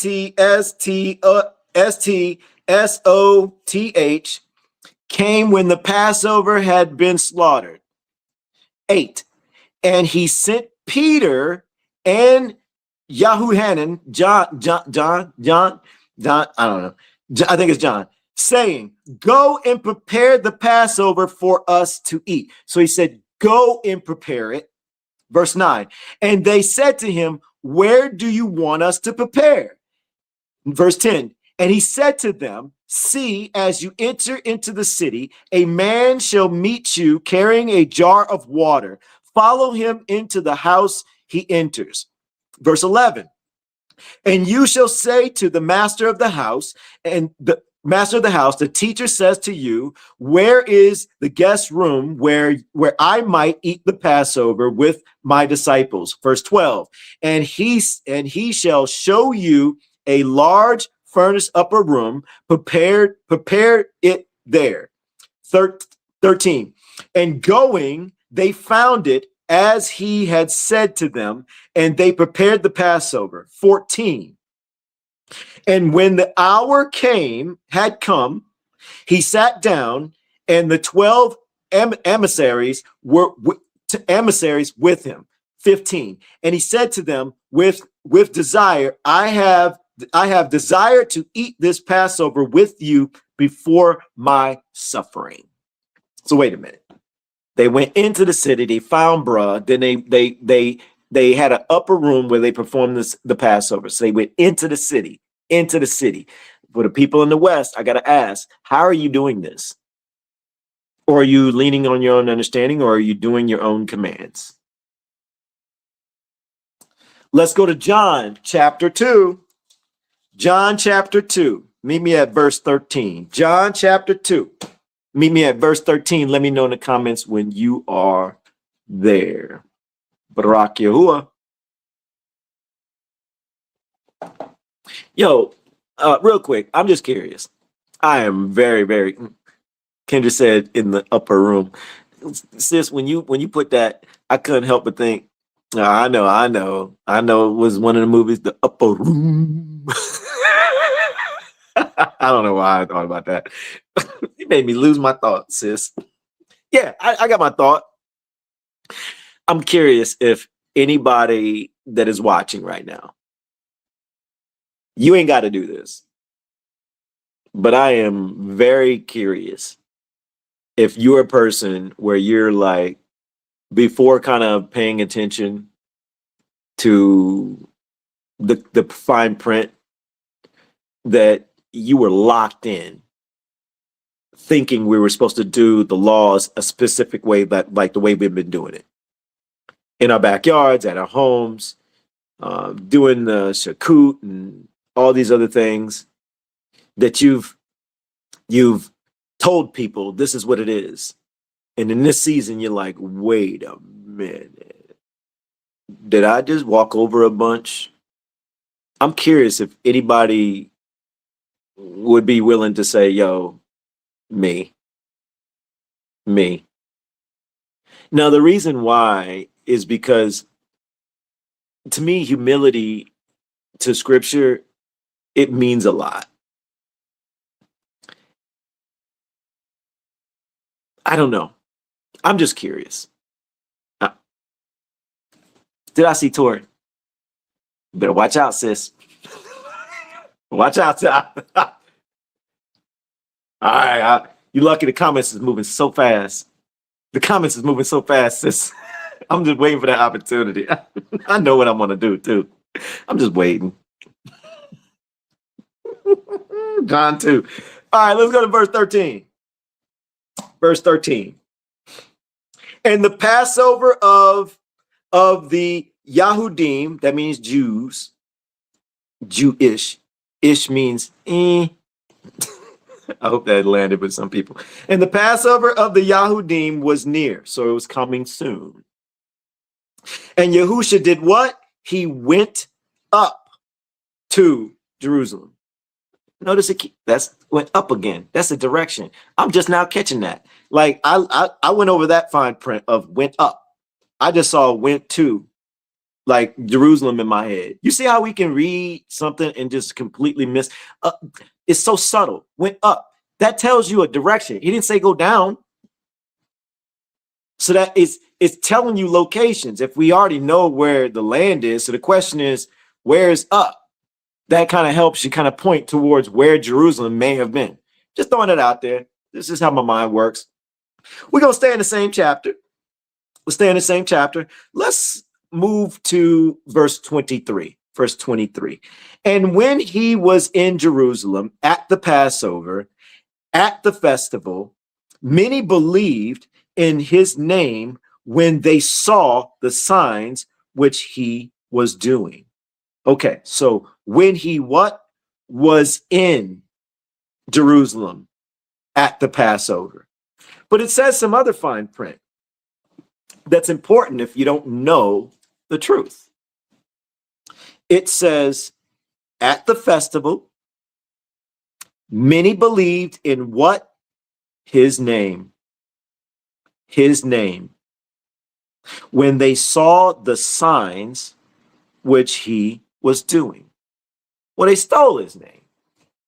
And they gave him a Greek god, Latin god name that translate to Zeus in Greek and Jupiter in Latin. And in the book, in Deuteronomy and a couple of other areas, it says, and I'm just going to paraphrase it for you. It says, hey, another nation is going to take you Negroes from Negro land captive. And they're gonna bring you by ships to their country, to their area. And there you're gonna worship their gods of wood and stone. You're not even gonna know their language. You're gonna lose your identity. So somehow we believe in some Deuteronomy stuff, but when it tells us to our faces, like, hey, in the future, you're going to be worshiping other nations' gods. And here we are in the future. And we trying to show y'all like, yo, there's some buffoonery going on in this book. No, there's no buffoonery going on in the book. There's some buffoonery going on in the traditional church. And they've done some stuff to the book.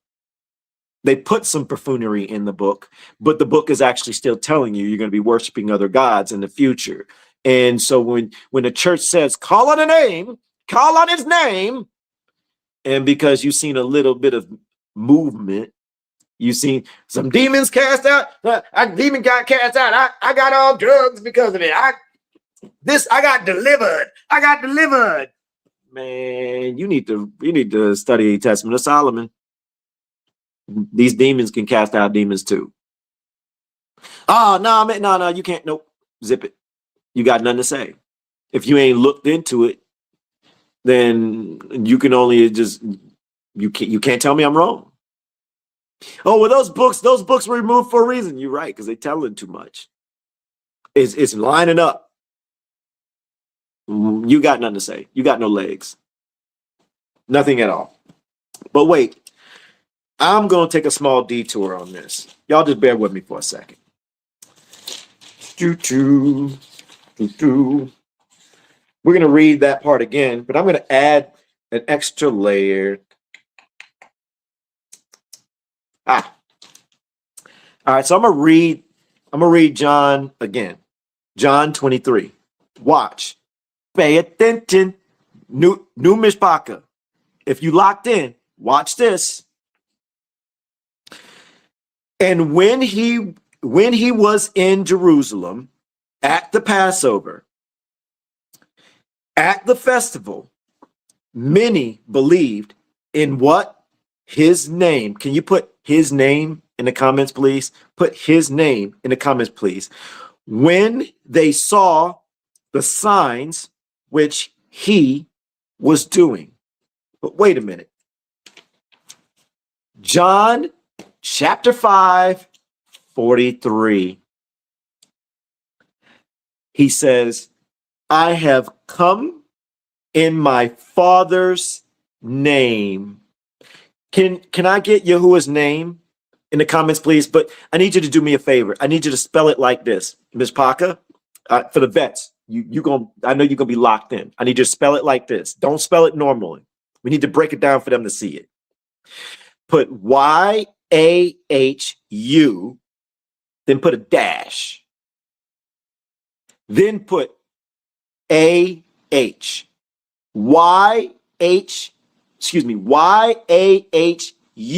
then put a dash. Do a separation. Then do an AH. Yeah, there it is. There it is. That's boom. I come in my Father's name. So if his name is YAHUAH, YAHU. I come in my Father's name, Yahu. And then it's and you do not receive me. That's John chapter 5, 43. I come in my Father's name and you do not receive me. Can y'all do the same thing? Can somebody, I'm going to give somebody else some love. Put Yahusha's name. Same thing. Same thing. YAHU dash SHA. YAHU dash SHA. I need somebody to do it for me. Boom. Got it. Thank you, Gentle Heart 4. So if he comes in the Father's name, it's the Yahu. I come in my Father's name. Yahu. Shah. And when you translate it, there's two type of translations you'll find. Yahusha means two different things. Yah is salvation, or you'll find Yah adds deliverance. Do you see it? I come in my Father's name, Yahu. Then I come in my Father's name, Yahusha. And Yahusha is translated to Yah is salvation, or Yah adds deliverance. Yahu, I come in my Father's name. Is this landing? Is this hitting for somebody? If somebody's new and you're like, okay, I kind of see. And he said, what does he say? He says, and you do not receive me. You do not receive me. But then it goes a step further. It says, if another comes in his own name, him you would receive. So it might as well say, if JC, if JESUS comes in his own name, you're gonna receive Jupiter. You're gonna receive Zeus. Is this landing? Is this hitting? So it makes sense in 23 where he says, many believed in his name. Well, you weren't there during that time frame. The Greeks and all the people who changed everything, they weren't there either. So we only got what they say, like it was there, but nobody was actually there. Show me one person that was actually there during that time frame that can confirm that his name was not Yahusha. You can only argue that scholars, man, who we're not supposed to trust, says that his name is Jesus, but also tell you it's translated. But he's telling you there's a problem with that. Power in the name. Barak Yahuwah. Let's go to chapter 4. John, we're staying in John chapter 4. Let's go to verse 20. Let me know in the comments when you're there. John chapter 4, verse 20. Same chapter. Let me know when you're there. Barak YAHUAH.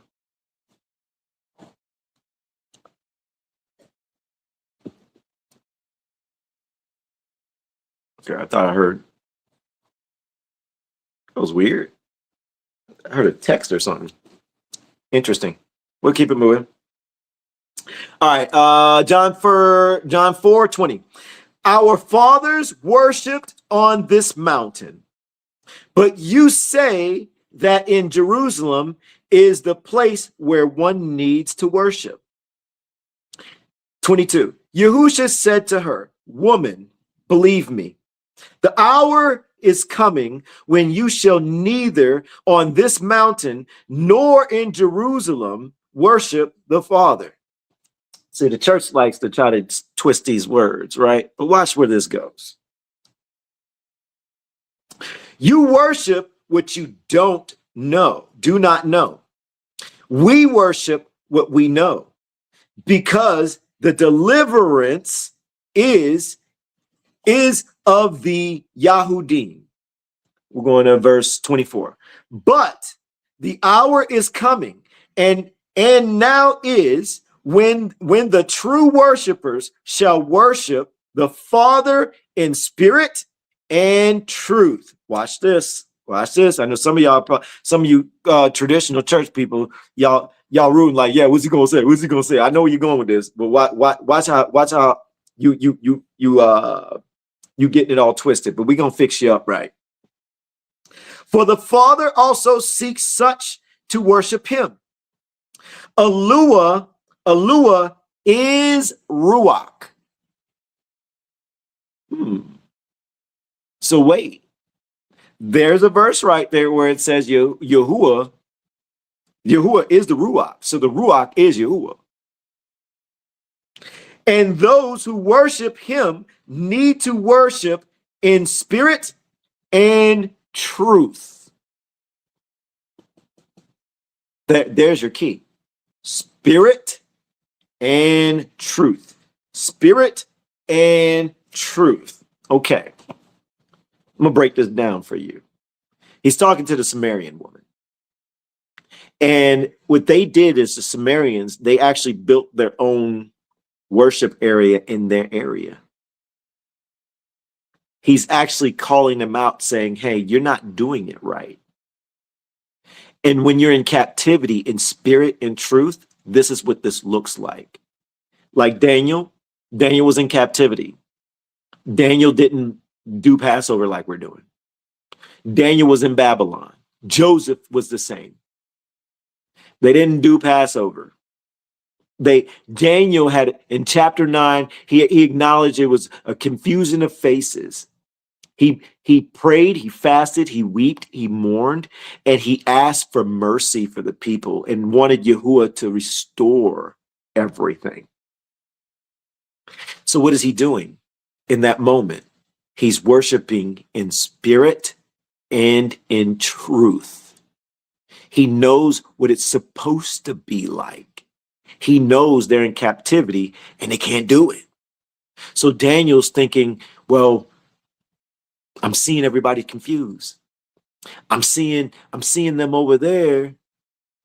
They're worshiping in spirit, pitching their tents in their backyards, buying their lamb from Walmart, and they don't have a year-old lamb like the book says. There's part of the truth.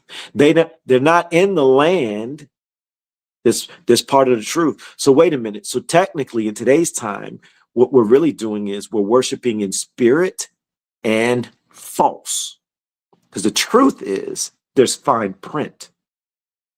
The truth is during these time frames, this is what we should be doing during all of the appointed times. We try to figure out when they're supposed to be based on Africa's time frames, not the West. So once we figure out the Africa part, then we can start figuring out the rest of the calendar. Forget about the Gregorian. If you're one of those people that throwing out Gregorian understanding, lunar understanding, solar understanding, you need to stop. You're just talking too much, and I'm tired of hearing your mouth. You're annoying. And I mean that with love. You need to quit. At the end of the day, just keep it nice and simple. You can tell by Africa's season is in September, November, and September, October, November. Start there. Month of Abib is somewhere right there. Bang. Period. Forget your calendar conversation. Forget all your lunar this, your solar that. You complicating things. It's all screwed up anyways. So once you can figure out that, then you can start figuring out some months. And then you can start figuring out when other appointed times are supposed to be. So let's just use Passover at this particular moment. Now you're at Passover. So now what you do is you don't participate. You worship in spirit and in truth. So what does that mean? That means maybe for like this community, I can't speak for nobody else, but I got it in my ruach to do something like this. During that time frame, we're going to do, I'm going to encourage everybody to do a community-wide prayer, fasting, weeping, mourning. And we're going to use Daniel as an example. And we're going to recognize everybody as confusion of faces and everybody trying to lean on their own understanding. And we're going to mourn for everybody. We're going to ask YAHUAH to restore everything. And then what we're going to do is we're going to study the Passover together in spirit. We're going to study the Passover in every single aspect, every single book, and we're going to recognize it's the truth. And we're going to see the fine print. We're going to ask YAHUAH for forgiveness. And we're going to acknowledge where we're at, what we've done. That is honoring him in spirit and in truth. And then we're going to look at Sukkot. And then we're going to look at all the rest of them. And then that's how we do it during the season. We study. We pray, we fast, we weep, we mourn, and we acknowledge the confusion of faces. And each season, when it comes to the point of time, we worship, we study in spirit and in truth. That is what he wants us to do.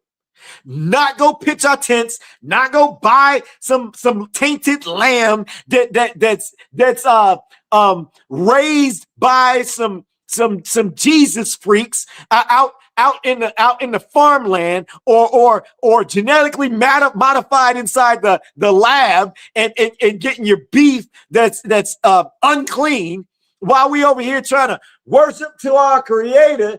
And some of you calling out his name and some of you calling his name, and he's over here in the other book saying, yo, I hate your new moons. I despise it. I've had my fill of it.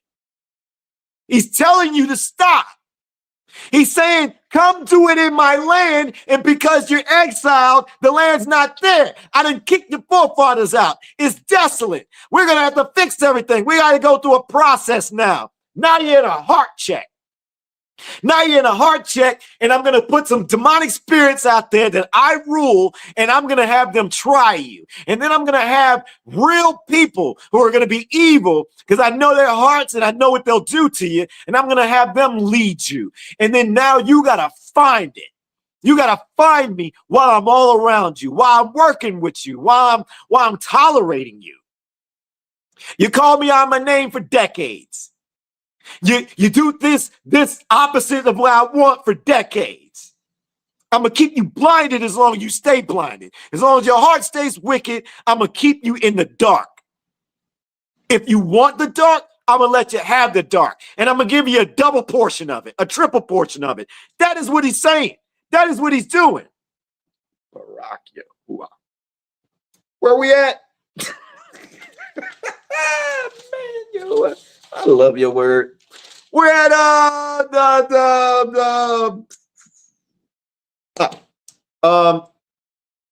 the hour has come. We're at 23. Did I do all of it? We'll just do it again. John 4:20. Our fathers worshipped on this mountain, but you say that in Jerusalem is a place where one needs to worship. I think I went over all this, but we'll do it again. Yahusha said to her, woman, believe me, the hour is coming when you shall neither on this mountain nor in Jerusalem worship the Father. You worship what you do not know. We worship what we know, because the deliverance is of the Yahudim. Okay, for all the angry Hebrews, the Negroes from Negroland, a lot of y'all still call him out his name. Don't use that verse to turn, excuse me. Don't use that verse to turn around and say, see, he came for us only. He ain't say that. He ain't say that. He didn't say us and only. He didn't say the Yahudim and the Yahudim only. Don't add only in there. All right. If you're gonna skip over fine print, you better not add to and subtract from in your head. What he's clearly saying is, I come to wake up you Negroes from Negro land so I can get you right. Because there's other times in this book where he turns around and says, and I'm just gonna paraphrase it. It's all over the book. If you don't wake up, the Gentiles are still asleep. With all due respect, we have to wake up to show them. It's that simple. He ain't saying they out. He's saying he come to wake you up. And the other nations who see it, they're fully invested. They're in. They're good. They're waking up just like us. The same process. Through tribulation, through trials. He's trying to fix us who are broken so they can see us as an example. We're supposed to lead the charge. We're supposed to be an example. And a lot of you Negroes from Negro land that don't know you Negroes from Negro land, you're not leading by example. You're leading by hate and confusion. Barak YAHUAH. Let's go to John 6:1. John chapter 6. Let's start at verse 1. Are we having fun, Myshpaka? Can I get a Shabbat Shalom? Or Barak YAHUAH or something in the comments, please. If we having a good Shabbat. If we're learning something, if we're getting some value, let me know in the comments when you are there. I just asked y'all to do like 2 or 3 things. My bad. You get people like Tori be like, babe, like which one we supposed to do? I mean, he said drop Shabbat Shalom. Then he also said Barak YAHUAH, and then he said add value. Like, man, that's a lot to text in one. Look, Jock, I got your back. I got your back. I don't know why I'm holding back when I really want to. I got a big old joke in my head. Tori gonna be like, I can't believe he said that. All right, look, I'm gonna tell y'all. I was gonna pretend like Jacques sent me a DM saying, she abusing me. I'm gonna be like, well, how she abused? Well, you know, she making me eat McDonald's on Wednesdays because I want to study this part of the book, and she be like using like the food and stuff. Like she be like, I think she be sneaking pork inside my food, man. You know, and then she like act like she know, but I found some stuff. Like Tori abusing Jock with food so she can leave this. I came up with all types of stuff in my head. I'm making it up, y'all. I'm making it up. Tori ain't abusing Jock with no food. Now, the Wednesday McDonald's stuff, I believe she tried to force him to eat that type of stuff. Tori seemed like she'll do that to him.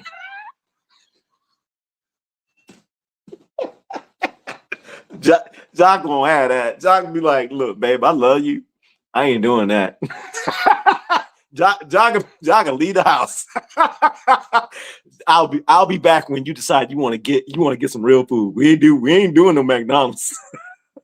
Why you get all the beef and why you get all the big plate of food, vegetables and everything look all healthy? You got a big old double a Big Mac on my plate with French fries. What, you trying to kill me, woman? I ain't trying to eat people. I mean, I ain't trying to eat this. Man, I love y'all, man. Good peoples. Let's get it. After this, Yahusha went away to the other side of the Sea of Galilee, that is Lake Kinnereth, Kinnereth.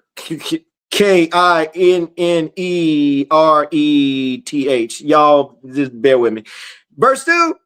And a large crowd was following him because they saw his signs, which he did on these who were sick. And Yahusha went up on the mountain, and there he sat down with his disciples. Verse 4, and the Passover was near, the festival of the Yahudim. Let's go to stay in the same chapter. We're still in 6. We're going to go to 59. We're still in 6. John's chapter 6, 59. He said, this is the congregation teaching in the kapar. I don't know. Yo, let me know in the comments what that is for y'all. I have trouble with names and cities, okay? And then I'm looking at this Hebrew book and I don't know all these words, but I can still follow along. I'm just throwing it out there. The Beckler said giant slaughter program. That's that McDonald's. We on the same page. We are on the same page. Caprium. I should have looked at my notes because it's over here in my notes. I was never looking I was just looking at the book. Rocket. What time is it? You gotta pay attention to the sun going down. Ooh. Okay, y'all, look. For the sake of time, because I've been squirreling a lot. I ain't gonna lie. I hope the squirrels have been fun. What we're gonna do is, for the sake of time, do we wanna let me look at which ones I really want to hit that's gonna like really go boom. I want to hit some Paul stuff because Paul shows some trailing too. Yeah, for all the ones that be on Paul's balls, I want to show you that Paul got it right too. Because y'all like to try to say Paul said the laws are done away with and you can care less about Yahusha, but apparently you led by Yahusha. I don't get it, but okay. Write these down for you to study on your own time. John chapter 7, verses 2 through 10, verses 14, verse 37. I'm going to read that again. John chapter 7, verses 2 through 10, verse 14, and also verse 37. It's talking about Sukkot, which is the tabernacles. Yahusha went up and taught, he traveled, he went up and taught in the temple. Study that on your own time. Then write down John chapter 11, verses 55 and 56. John chapter 11, verses 55 and 56. You're going to realize it says that the people went up to Jerusalem before the Passover. Yahusha is traveling on these appointed times. Here's another one. John chapter 12, verse 12. John chapter 12, verse 12. Also 20. You're going to find that the feast movement was still heading towards Jerusalem. There's a pattern here. So while we're over here trying to do it inside the our backyards and civic centers. All right. So now let's hit some. We're gonna jump into Acts. Everybody meet me in Acts chapter 1. Looking at verse 4. Let me know in the comments when you're there. We just ran past some John stuff. Make sure you write that stuff down. Your responsibility to study the entire chapters. I just gave you specific verses where things were, but it's your responsibility to study the entire chapter. Make sure that, I'm not deceived over here. Make sure that this Myshpaka, like we not just, apparently we're a cult. That's what people call us. They say we're a cult. I don't know. Scripture is a cult. And keep in mind, everybody that says that you're in a cult, and like all we doing is studying the book, and we just see what they refuse to look at. Loved ones or not, Yahuwah know that they said his truth is a cult. Because you ain't over here like doing nothing crazy but studying the book and seeing what they don't want to see, seeing what they blind to. So if they call you a cult, don't get mad, don't feel any type of way. They just don't know. Control your heart, because whatever you do in your heart, whatever you say, can open up portals and open up cracks for these demonic spirits to play with you. So you got to keep it cool. You got to remember that everybody wakes up on different times, and some of these people, loved ones or not, they're just not going to see it. That's just what the book says. If you're able to get this uncomfortable into the book, you got to get uncomfortable with that too. You got to be okay with that. It is what it is. So when they call you in a cult, they say we in a cult. I've been called a cult leader, whatever. I'm not even offended by it, because at the end of the day, they're not really calling us this. They challenging YAHUAH. They challenging the truth. And for that, everybody who's done that, their hearts are going to be examined, and right ruling will be upon them, regardless. There's nothing you can do about that. You need to just stay with your awakening, stay with what you're finding out, and give YAHUAH thanks that he gave you an opportunity to see. With that being said, let's hit it. Acts chapter 1. Verse 4. And meeting with them, he commanded them not to leave Jerusalem, but to wait for the promise of the Father, which you have heard from me. So in this area, they were, if I'm not mistaken,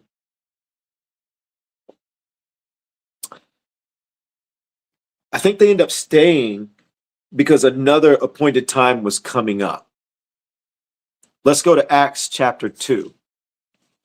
Yep, Sukkot. Acts chapter 2, verses 1 through 5. It's chapter 2. It's right there. Like, I'm sure y'all there? Y'all there? Y'all there? Just your casual scripture crackheads. Wait a minute, somebody else said that earlier. Was that Robin? Was it Kendra? It was somebody familiar. It said that we like scripture crackheads. Y'all stole my words because I said that a long time ago, but it was funny. That is funny. We are some scripture crackheads. We love some books. We love some books. We love some books. We love some books.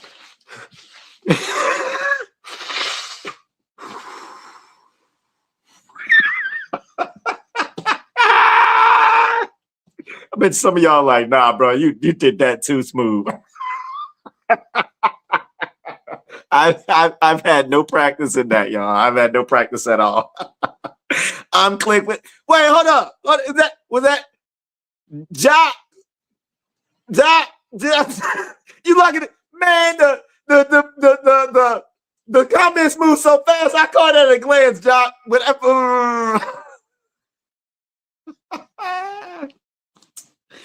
It's all good. You can clip it. You can clip it. Snort the book. I see you, Bethany. All right, Acts chapter 2, 1 through 5. Let's get it. And when the day of the festival of, I'm just gonna say Shavuot had come, they were all with one mind in one place. And suddenly there came a sound from the Shamayim, that's heavens, as of a rushing mighty wind, and it filled all the house where they were sitting. And there appeared to them divided tongues as of fire, and settled on each one of them. And they were all filled with the Ruach HaKodesh, and began to speak with other tongues, as the Ruach gave them to speak. Now in Jerusalem there were dwelling Yahudim, dedicated men from every nation under the Shamayim. Now I know there's gonna be somebody be like, I'm already in your head. Do you believe in speaking in tongues? First off, you change the subject, but I already know you, so let me go ahead and address you now. I'm going to put it to you this way. It is in the book. It is in the book. Now, the way the church do it, I don't know. I don't know. I ain't never spoken in tongues. And I ain't even really that concerned with it. But I will say this. If they calling the wrong, if they calling on G-O-D, J-C, L-O-R-D, and they over there talking about you ain't doing it right. That ain't the Ruach. That's something else. And I don't care what you say.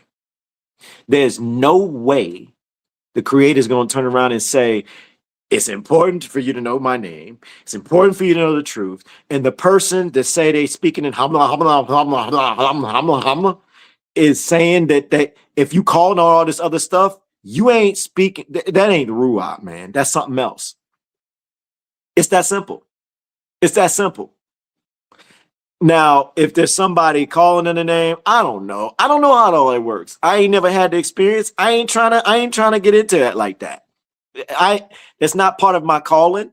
I see it. It's there. It's that simple for me. But if somebody in there talking hamla, talking about JC name, yo, you full of it. Like that, like you demon possessed, you doing some witchcraft, or I don't know what it is, but I know it ain't the truth, and I know it ain't the Ruach.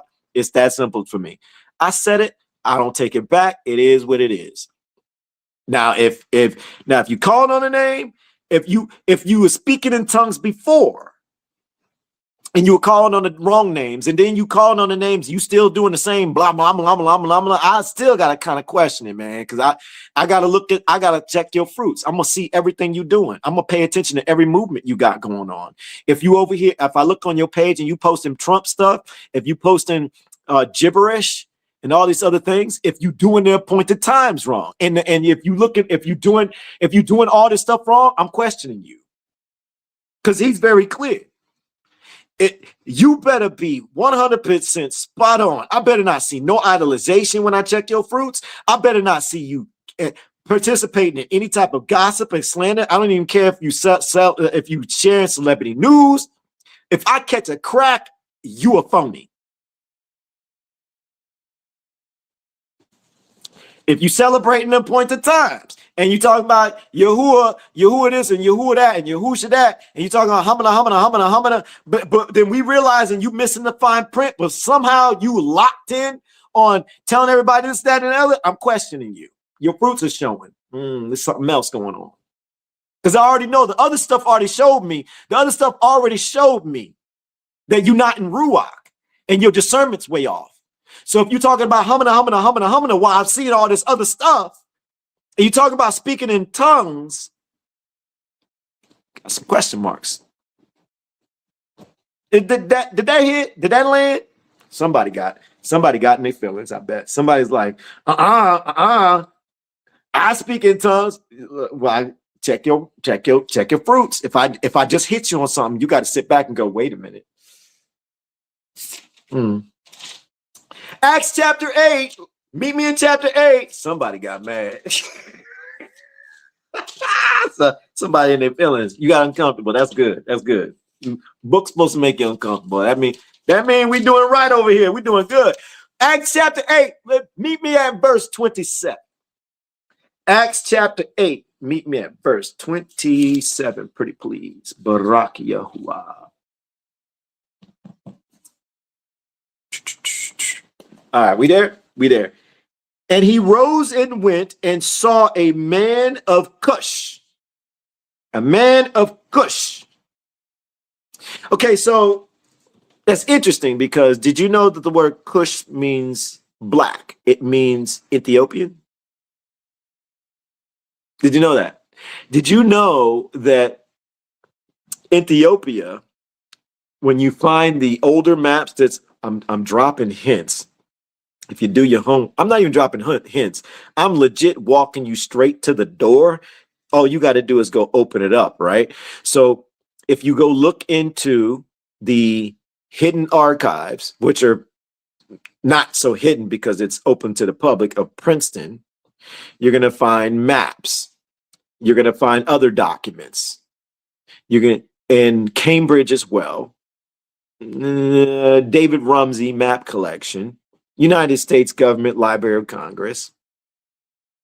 What you're going to find is ancient maps, and it's going to point towards the entire not the West, not us over here. Everything over there was named, it was nicknamed 3 things: Asia, Ethiopia, or the Orient. This fits. This fits the Negro from Negroland type people, black.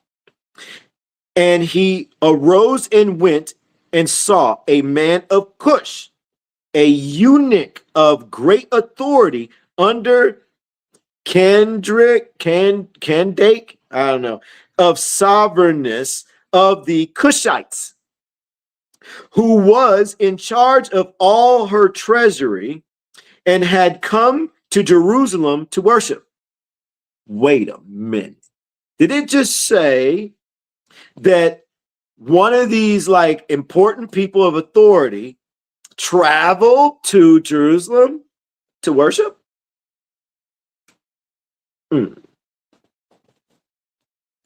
didn't do it in his backyard like we do? No? Be easier, right? Guess not. I guess maybe he realized it was really important for us to do it, the way we were supposed to do it according to the commands. Let's go to Acts chapter 13. Acts chapter 13. Meet me at verse 14. Acts chapter 13, verse 14.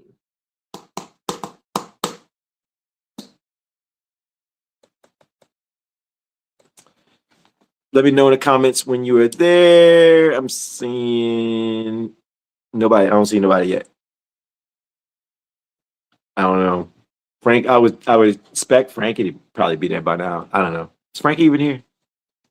Yes, Aki, I've been here. I'm trying to ignore you. I'm trying to pretend, act like I don't see you.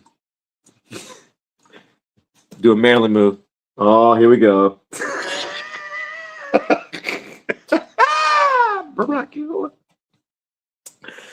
I'm just playing. Wait. Did I just? I passed my spot. Okay. Yeah, I'm there. I looked at the wrong one. But passing through from Perge, they came to I can't pronounce it. In peace, I can't pronounce that either. And went into the congregation on the Shabbat day and sat down. There's some traveling. Let me see if you go up, return to Jerusalem. All right, let me see here. Where's the one with Paul? Sabbath teaching happens weekly, but feast timing still pointed to Jerusalem. Acts 18. Meet me in Acts 18. That's what you get. Really? Really, Frankie? I see you, Aki. Maryland, when you get a chance, just do that to him. Don't, no harder than that, Maryland. Like that. Because Maryland got that heavy hand. Maryland look like Maryland got them hands, I bet. Maryland be like, what you say?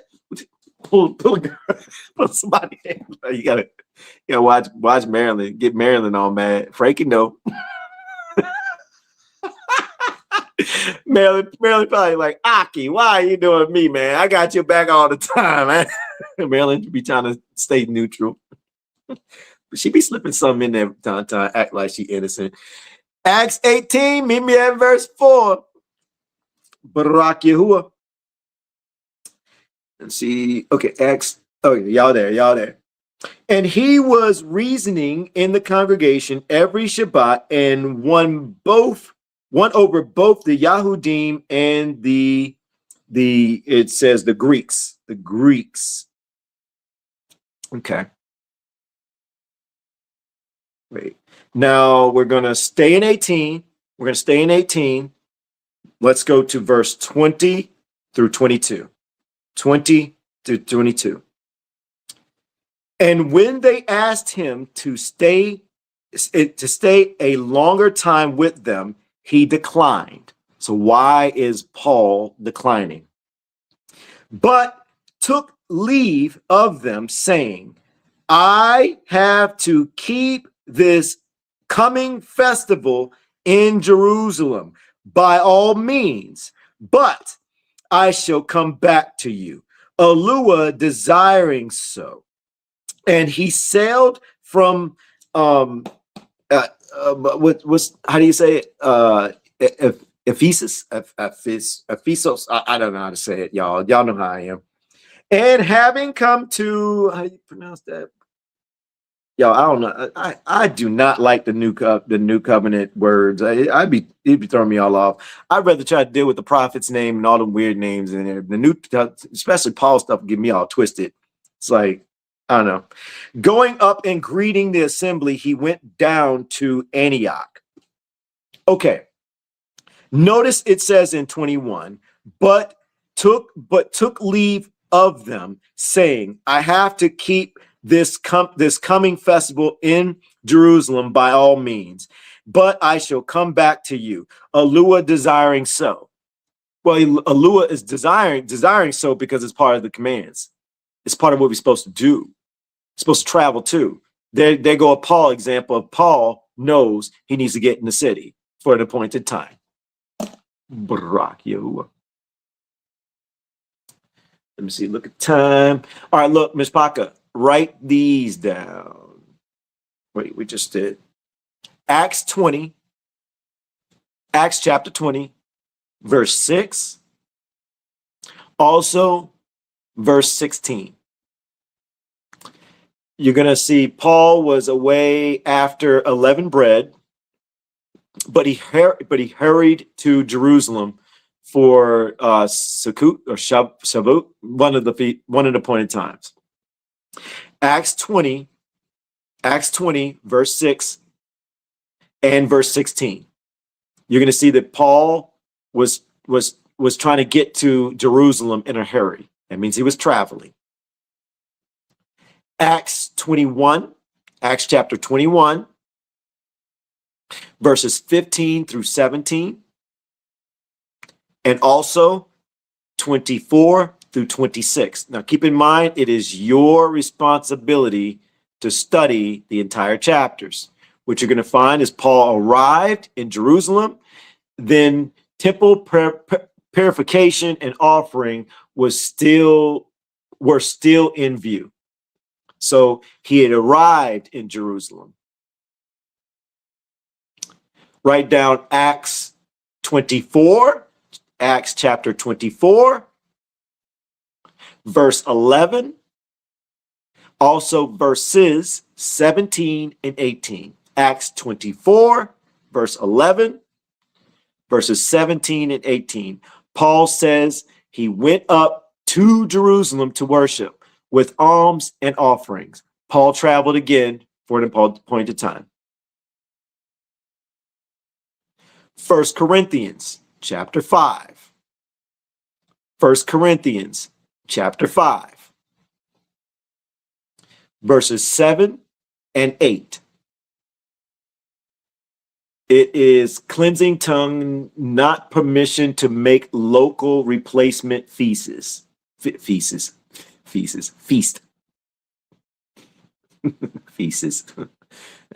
Made me think about Mangit when I said that with the Admans and Paganity. Go ahead, y'all have fun. I know some of y'all going to crack jokes. That's 1 Corinthians chapter 5, verses 7 and 8. Not permission to make local replacement feast. 1 Corinthians chapter 16, verse 8. 1 Corinthians, Miss Marilyn sound effects. I feel you on that, Tito. Tito said Miss Marilyn's. I know, man. Look, it's weird for me not to have Marilyn doing her thing in the background. Like it does feel off. But hey, we'll push through. She'll be back. Marilyn, you missed, sis. We miss you. 1 Corinthians 16, chapter 16, verse 8. Feast timing still mattered to Paul. You're going to find that out. But I will tarry to a feast. He says he's running in a hurry to get to the feast. There's the patterns. Colossians chapter 2. You know, isn't it interesting, like some of the people that try to say the laws are done away with, they'll use like Corinthians, they'll use Colossians and all this, right? But he participated. Am I missing something? Is anybody else picking up on that? Like, it just hit me. I ain't gonna lie. It just hit me. I done seen people in these books. I don't know what they be reading. I don't be really caring. And once they start talking, I just be like, I tune them out. But I know they be in these books with the same type of books, and they be using the words saying that the laws are done away with. Am I wrong on that? Am I missing something? But then right there, when it shows he's in a tarry to get to the festival. So if the laws is done away with, you use Corinthians, you use Colossians, but how in the world is Colossians chapter 2, write this down, Colossians chapter 2, verses 16 to 17, do not let man judge, but do not write Yahuwah's order, do not rewrite Yahuwah's order or the order either. So you use these chapters, man, everybody be cherry picking so bad. You know, the problem is that we are picking up. All right, so if you're in the traditional church, you got bad habits. They don't see it. We see it. The problem now lies when you come out the traditional church system, bringing those habits to your studying, bringing those habits to your new understanding. When you carry it over into the new understanding, that's how you end up doing the other stuff wrong. Like, truth be told, I don't know about any of y'all, but how when I started coming into the truth, one of the things that I did was I pretended like I didn't know anything. Like, okay, bear with me on this one. All right, just hear me out. I legit started to pretend like I didn't know jack at all. I pretended like I didn't know nothing about a Messiah, even though, you know, I know. Like, I pretended like I knew nothing about no disciples. I knew nothing about the forefathers, even though I know. And what I did was I told Yahuwah, I'm gonna allow Yahuwah to fill in the blanks as we go. So I started in the beginning. So if you're like, I don't know where to start, you start at the beginning. You start at the beginning. You start at Adam and Eve. No, you start at creation. And creation just ain't Genesis. Creation's also a couple other books. Creation is also mentioned in Jubilees. Then you got first and second books of Adam and Eve. The books they took away from you, you got to study it all, right? And then as you're learning, then you check the boxes. Eventually, you're going to get to Yahusha. Then you check that box. When I did that, it gave Yahuwah the opportunity to teach me authentically. Made me feel like I'm trying to focus on his side of the story. It's almost like we barely get to hear his side of the story. We've been taught from every other person, and I can care less about learning from other people. I want to see what the book got to say, because I realize everybody, Daniel chapter 9, confusing their faces. They're everywhere. One person believing this, one person believing that, and everybody can sell it. They can sell it, but until you actually look at the book and start slowing down and look at the fine print, and then you start asking, like, wait a minute, hold up, how does this all work? Over here it says this, over here it says that. Yahuwah, is there something off? Help me understand. And then over time, you realize, oh, that's how it all works. All right, okay. And then you start catching stuff. It's like, yo, I'm not even sure if this might be an edit. This might be something. I ain't gonna lie. I'm there. I don't believe everything in the book is right. I believe that it's some of it has been tainted. The book of Enoch tells you that. Second Ezra tells you that.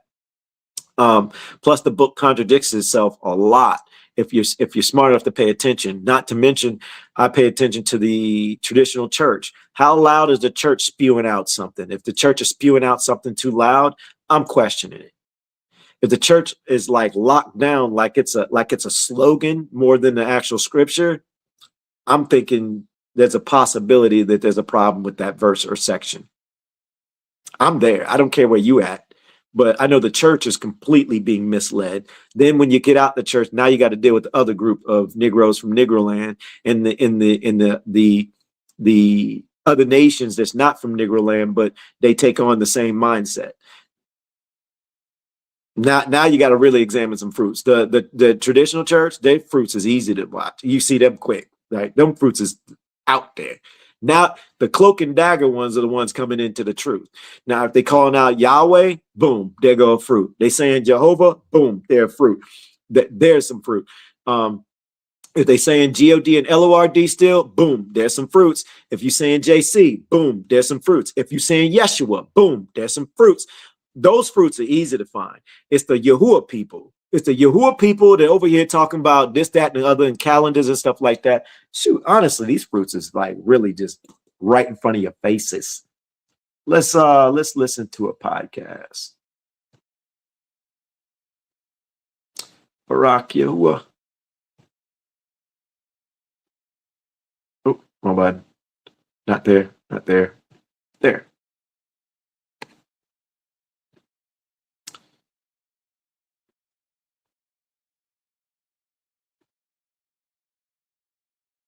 There we go. Barak YAHUAH. Come on, hit play. Imagine you're standing in a massive sprawling city in Asia Minor in the 1st century. Right. And you've just embraced this radical new faith, a faith that Wait. Let me go ahead and answer this now. Because I know there's always somebody's asked, who's speaking? This is AI. Yes, this is Notebook LM. Notebook LM allows, it's free to you. You can use this. You can get this yourself. Just Google Notebook LM. And what I did was I put scriptures inside of Notebook. So I lock it down to a pocket of understanding. So everything that we just went over, all the books that you just written down, all of that is thrown into the system for the system to understand and take a look at and go, okay, what am I looking at? And it starts to understand, okay, you're focused on the traveling aspect of Yahusha and Paul and the disciples. Okay, I could talk about that for you. That's what that's about, all right? Because I know somebody's gonna be like, is that AI for you AI critics? And not some of y'all are AI critics, but I'm just saying, gotta address AI critics. Every time I touch AI, it's like, that AI is the devil. Like, you tripping. Like, don't make me play some music on you. Barak YAHUAH. has, completely upended your entire worldview. Oh, yeah. Everything's changed. Exactly. And the biggest holiday of the year, a major pilgrimage feast, is approaching fast. And the Apostle Paul, the very man who brought this message to your region, well, he happens to be in town. Which is a huge deal. Right. So it makes perfect logical sense for him to just rent a hall, gather all the new believers and host a massive localized celebration right there in Ephesus or Corinth. It would be the ultimate teaching moment. You would think so, but he doesn't do that. Instead, he drops absolutely everything. He boards this dangerous, rickety cargo ship, risks violent storms, and races 700 miles across the Mediterranean Sea just to stand inside the borders of one specific, incredibly tense city. Yeah, he does. Why? Why would he do that? When the appointed times came, did Yahusha, the Mashiach, and his apostles keep the feasts wherever they happened to be standing? Or does the historical and scriptural record just stubbornly keep pointing them toward YERUSHALAYIM? That is the pivotal question right there. It is. And it completely disrupts how a lot of modern readers approach the text. Oh, absolutely. It forces us to look at the scriptures without our modern, convenient, hyper-individualized lenses. We really have to strip away all the inherited traditions we've been handed and strictly audit what is actually written on the page, especially regarding geography and covenantal law. Right. And before we get into the weeds of this, we need to clarify what we are doing on this deep dive today, because I know you, the listener, might hear that setup and think, oh, they're about to argue that the Torah is abolished or that the feasts don't matter. Yeah, that's a common leap people make. It is. So let me be crystal clear. That is not what this deep dive is about at all. We are examining a very specific source text today. It's part 3 of a rigorous study titled, Who Are the Modern Day Pharisees? And the entire focus of this text is on a concept the author calls anti-self-authorized worship.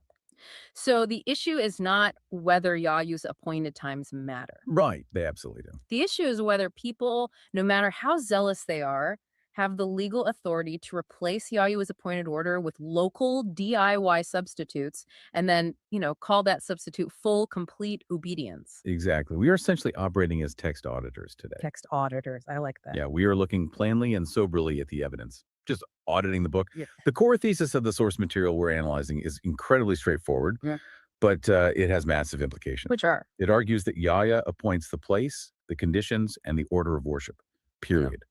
The renewed covenant, what a lot of listeners might know as the New Testament, it does not erase that geographical fine print. Not at all. No. Instead, it shows this relentless, undeniable pattern of movement toward YERUSHALAYIM for the pilgrimage feasts. The geographical parameters set around these specific feasts, they weren't ancient suggestions that just eventually expired. Right. They were legally binding elements of the covenant. Okay, let's unpack this. Because to really grasp the weight of this, we have to start at the foundation. We have to look at the formative years of Yahusha, the childhood pattern, right? The environment that shaped his entire earthly framework. Yeah, we have to start there. The Gospel of Luke provides a very specific, highly deliberate detail about his upbringing. Okay. So in Luke chapter 2, verses 41 through 43, the text explicitly states that his parents went to Jerusalem every single year at the Feast of the Passover. And when he was 12 years old, they went up according to the custom of the feast. Hold on, I want to pause right there. Because as text auditors, we have to ask a foundational question about real estate on the page. Ink was incredibly expensive in the ancient world. Very expensive. Writing materials were scarce. So why did the author of Luke spend precious ink on that specific geographic detail? That's a great question. I mean, why not just write, they kept the Passover faithfully? Why specify the travel? It seems to me that the location is functioning as a deliberate breadcrumb for the reader. The where is just as important as the what. You have to consider the brutal reality of the first century world. The logistics of ancient travel, they were nothing like hopping on a highway today. Oh, definitely not. Traveling from Nazareth, the region of Galilee, down to Yerushalayim, it wasn't a casual weekend road trip. It was a journey of roughly 90 miles on foot. Wow. 90 miles. Yeah. You were talking about moving through rugged, dangerous terrain, navigating steep elevation changes. You're exposing yourself to bandits, and you're carrying provisions for an entire family. Just to get there. Right. It took days in one direction. It cost a significant amount of money in lost wages and travel expenses. It was a massive, exhausting disruption to daily life. So they weren't just stepping into a local community center down the street to observe a holy day.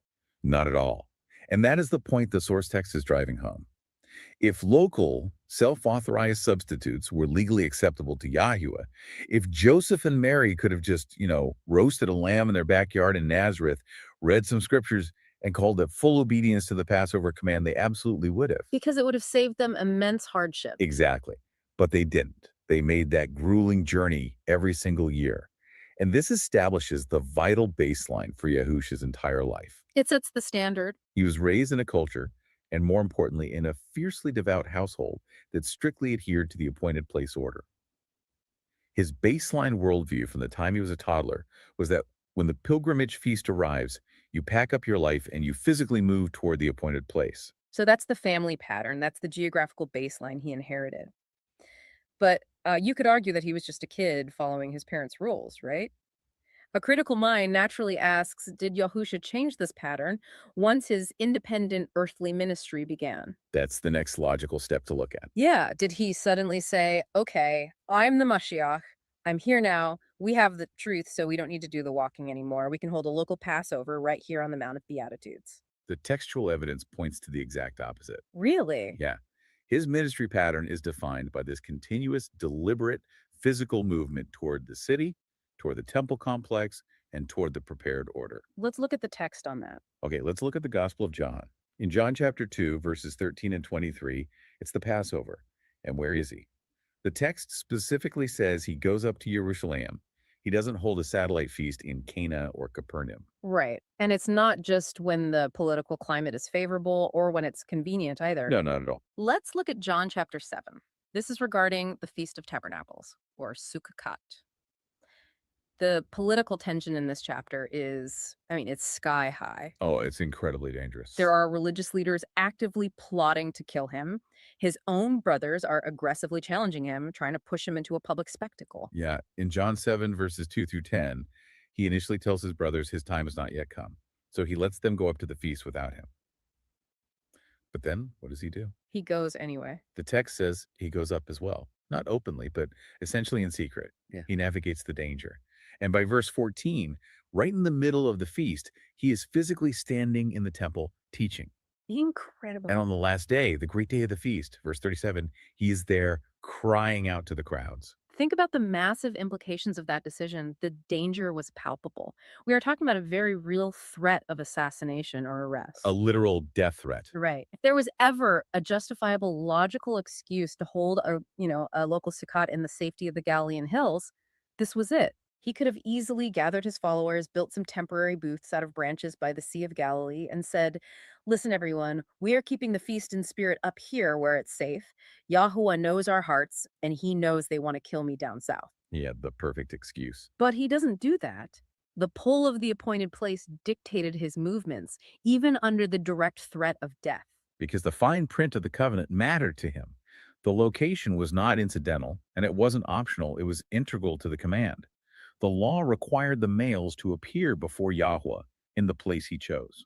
And we see that play out again, right? We see this unyielding adherence continue in John 11 and 12.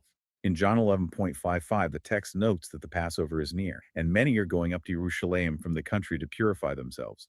The authorities are actively looking for him, wondering if he will dare come to the feast. And of course, in John 12, he arrives. Yes, he does. The crowds take palm branches and go out to meet him.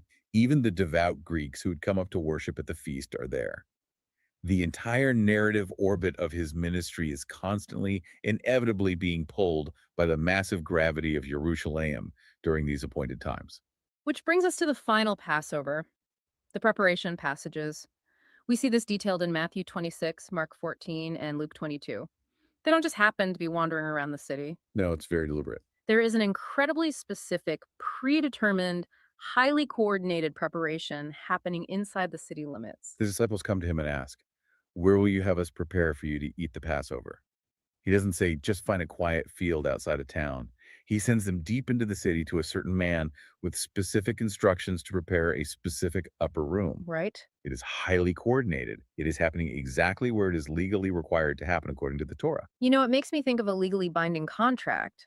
Think of a massive real estate closing. Okay, I track with that. You have a huge stack of papers to sign to finalize the purchase of a commercial property. You can't just sign that closing document on a random coffee stain napkin at a local diner, even if you really, really want the building. Right, that wouldn't hold up in court. Exactly. Wow. If the contract explicitly requires the signatures to be executed at a specific notary's office with specific legal witnesses present and a specific seal applied, you have to go there. If you do it at the diner, the contract is legally void. The legal requirements simply haven't been met.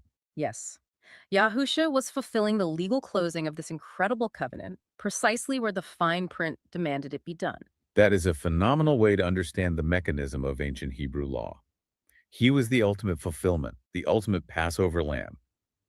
But he did not fulfill the law by breaking the legal requirements of where that fulfillment had to take place. He followed the rules to the letter. He met every single condition of the contract, and that explicitly included the geography. Okay, so the pattern is clearly established in his childhood, and it is solidified in his ministry. But, and here's the counter argument, you could argue that while Yahusha was physically on earth, he was bound by physical geography. Right, that's what a lot of people say. Once the resurrection happens, once his earthly ministry concludes and he ascends, everything changes, right? Did the disciples consider the geographic requirement fulfilled and therefore canceled? That's the million-dollar question. Because a lot of people assume that once the Ruach HaKodesh, the Holy Spirit, is poured out, the entire concept of sacred space mathematically explodes outward, Geography shouldn't matter anymore. Did the apostles say, well, the Mashiach has come and gone, the Spirit is here, we can just do these feasts wherever we want now? Again, we have to audit the actual text, specifically Acts chapter 1 and chapter 2, and we really have to resist imposing our modern assumptions on it. Let's hear it. In Acts 1.4, Yahusha gives his disciples a direct, unavoidable command.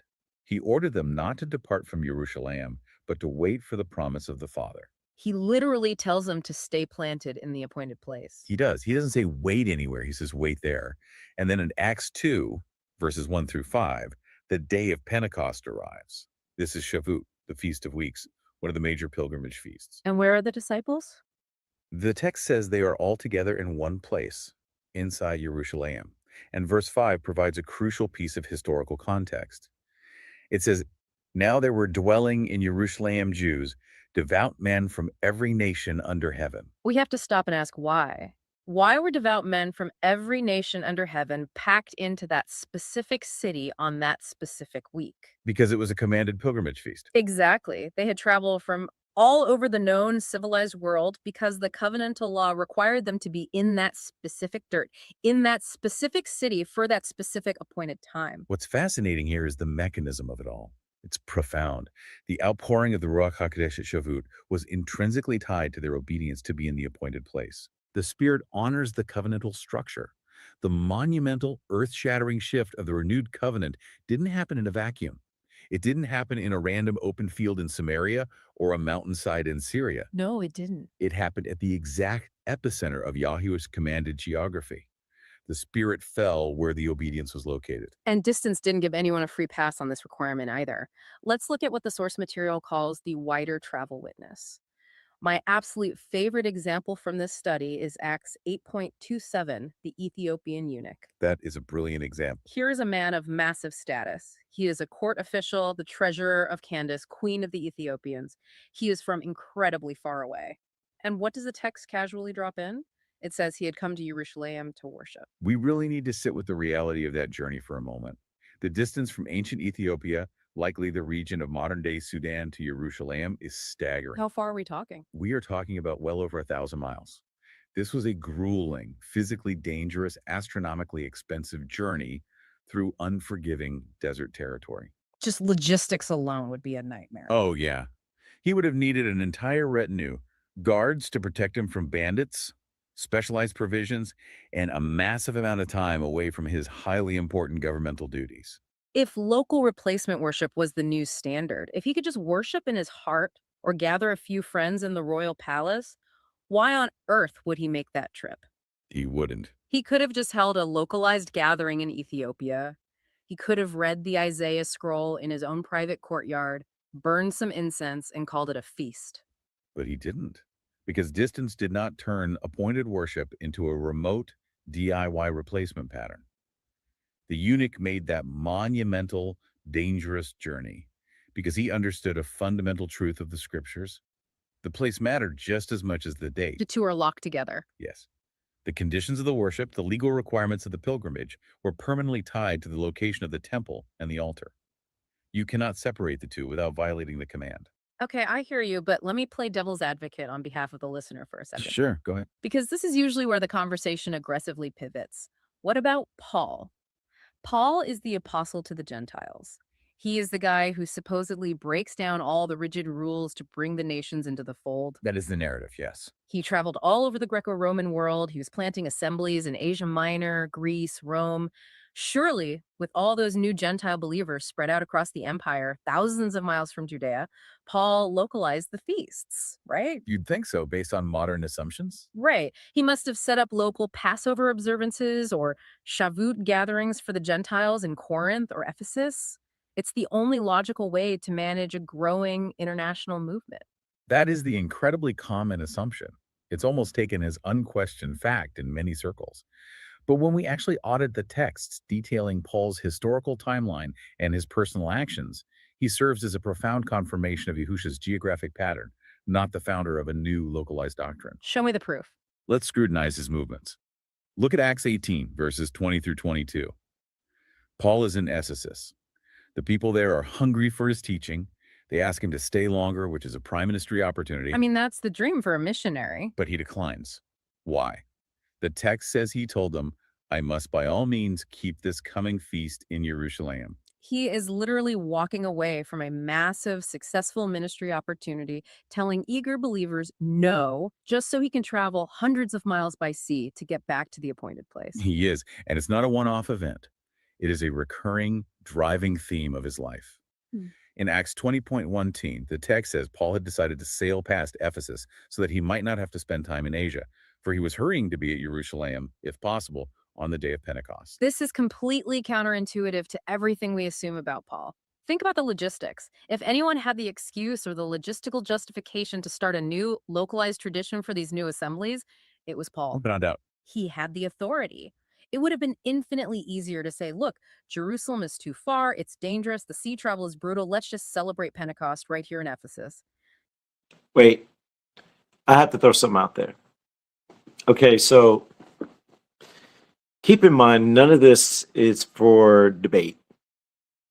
You don't have to debate with people. So when someone says the law is done away with, and then they're using Paul to prove their point, can I give you a practical response? First off, don't just listen to this. We just studied this. Write it down. Remember the chapter, the book, the chapter, the verses, and just simply do this. Tell the person, I hear you. I have one question that I feel is logical. See what I'm doing? That I feel is a qualifying thought or qualifying question. You're using Paul. No, you say what you're saying, that the laws are done away with. You've provided Paul's scripture. My question is, then you give them book. And you say, in this book, this chapter, these verses, Paul is heading to do the feast. So if Paul says, if you're saying Paul says that the laws are done away with, why is Paul still participating? Then clam it up. Now what you're doing is you're paying attention to fruits. If a person is there, they should do this. That's a very good question. I don't know how to answer that. I can't tell you that I can't use Paul to say the laws are done away with, but then Paul's doing it. Yahusha's already gone. Well, that's going to be a JC person, right? Okay, so meet them where they're at. Just meet them where they're at. You don't have to say JC, but say, okay, so our Savior is already gone. So why is Paul participating? But yet you're saying that Paul is encouraging that the laws are gone now.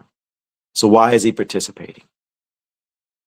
Now, if that person is open, they're going to catch it and go, wow, how do I answer that?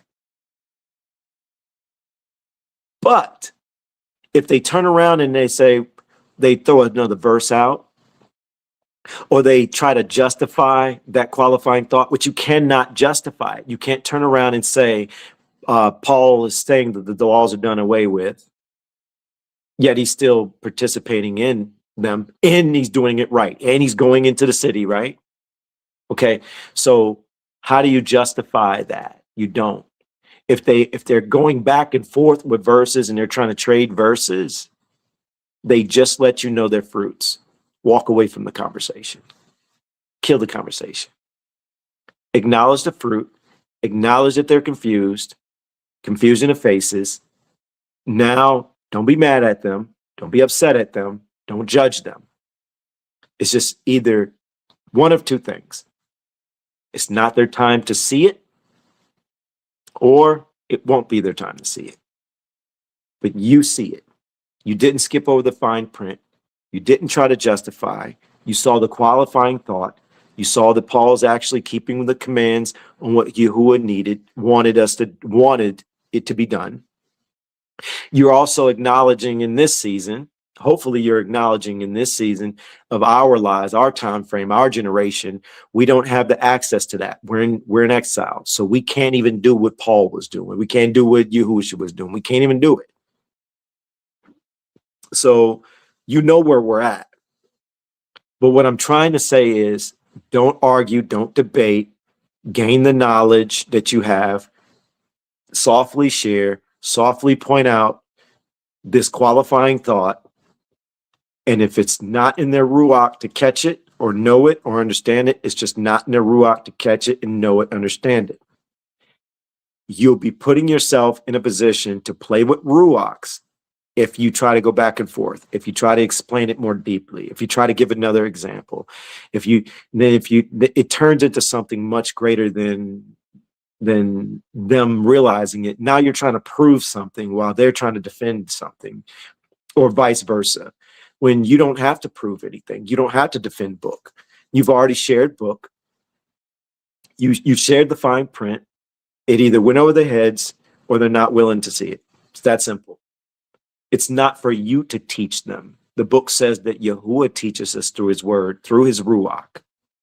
So if he teaches us through his word, this is book. This is book. He teaches us through his ruach and through the scriptures. So therefore, if he teaches us using his ruach through scriptures, that means the ruach has showed you that next level and you're not blinded to this. But apparently their ruach is off, which means you've already examined their fruits. They're being influenced by another ruach. You don't throw it in their face. You don't tell them your fruits are showing. I used to do that. I'm guilty. You don't tell them they don't have discernment. No, you acknowledge it inwardly and you say, okay, thank you for the conversation. Or just walk away from it. If it's in the comments, you're not held down to respond to anybody. Truth be told, there's people that come to this profile and they act like that. I just either hide the comment. Yeah, that's right. Yeah, if you come to our platform in any aspect, I don't care what platform it is, and you sharing false information, you skipping over book, you glancing through, you missing the fine print, you don't want to answer a qualifying question or thought, you're trying to defend, leaning on your own understanding, and you don't see that you're doing it. I'm catching the fruits. I'm catching the pride. I'm catching all of it. And what I do is I either delete your comment, especially if you write a big, long novel. I'm over here thinking you wasted all that time. You spent 3 hours to just for me to delete it in 15 seconds. I'm good. I'm going to move on. But what I'm not going to do is let anybody who's coming in the truth to see your comment and for that person, there'll be a person or two that's willing to read that 3-hour novel that they got. And they may consider it. I'm not going to allow that person to even be deceived by that. Let that person stay where they at. If it's on your profiles, delete it or hide it. If it's not, and it's on another platform, walk away. It's not that serious. You don't have to correct everybody. Why would you spend all that time trying to get this person to see something when you got all these other people waking up? Spend time with them. They have more quality questions. They want to know. Share with them. For the person that's already told you, I'm not willing to know. I don't want to see it. Why are you spending all that time with them? Would it be smarter if you really want to rep YAHUAH? Which one is a better representation of him? Spending 15 minutes, 20 minutes, 30 minutes going back and forth, all day back and forth, peeking back and forth to see if the person responded back, and you're spending all that time. You add up that quality time you're giving that person to get nowhere, to debate back and forth. Now you're opening yourself to other ruachs, but then you got another person brand new being like, hey, I'm new to this understanding. I got some questions about said thing. and you didn't miss the fine print. So instead of spending all that quality time with the person that's already being blind to it, or it's not just their time, why are you spending that time with that person when you got others that can actually use the real information, and you can help them along a little faster? Does that make sense? Did that land? I had to learn that during this walk, because there's so many people that come in with so much authority and so much knowledge, and sometimes their knowledge is good, sometimes their knowledge is bad, sometimes their knowledge is confusing. But I'm learning in this season, investigate the Ruach. I can see your fruits right away. Really, Robin? Sis, you ain't new. Stop. Girl, stop. YAHUAH knows our hearts, and we have the Spirit. But he doesn't say that. No. Yet Paul is practically breaking his back, chartering ships, rushing frantically across the Mediterranean just to get his feet back on the dirt of the appointed place. And we have to look at what he does when he finally arrives. It goes far beyond just showing up and saying a prayer. What does he do? Acts 21.1517 shows him arriving in YERUSHALAYIM. But then look at the details. In verses 24 through 26, he doesn't just visit the local believers. He actively, fully participates in the temple order. In the actual temple. Yes. He takes 4 men who are under a Nazirite vow, purifies himself along with them according to the strict Torah regulations, and goes directly into the temple to give notice of the completion of the days of purification until the offering is offered for each one of them. Wait, I want to make sure you, the listener, caught that. Offerings in the temple. Years, maybe decades after the ascension of Yahusha, Paul is participating in the sacrificial temple system. Absolutely. And he defends this behavior later. When he is on trial, defending his life before the Roman governor Felix in Acts 24, he explicitly states in verse 11 that he went up to YERUSHALAYIM to worship. He uses that specific word. He does. And in verses 17 and 18, he lays out his motives. He says, "Now after several years, I came to bring alms to my nation and to present offerings. While I was doing this, they found me purified in the temple." Paul's actual lived life is a towering testament to the enduring validity of the appointed place. So he did not invent a localized substitute? No. When the feast came, Paul traveled. Okay, this builds a massive legal case for YERUSHALAYIM. But if Yahusha, the disciples, and Paul all maintain that you absolutely had to go to the chosen city for the pilgrimage feast, a huge contradiction seems to arise regarding the weekly Shabbat, the Sabbath. Ah, yes, the Shabbat question. Weren't there synagogues everywhere? We see Yahusha and the apostles gathering locally in synagogues all the time. If geography is so strict, how does gathering in a synagogue in Galilee or Corinth fit this thesis? Isn't that localized worship? This brings us to a crucial legal distinction that the source material meticulously breaks down, and it's a distinction most people completely miss.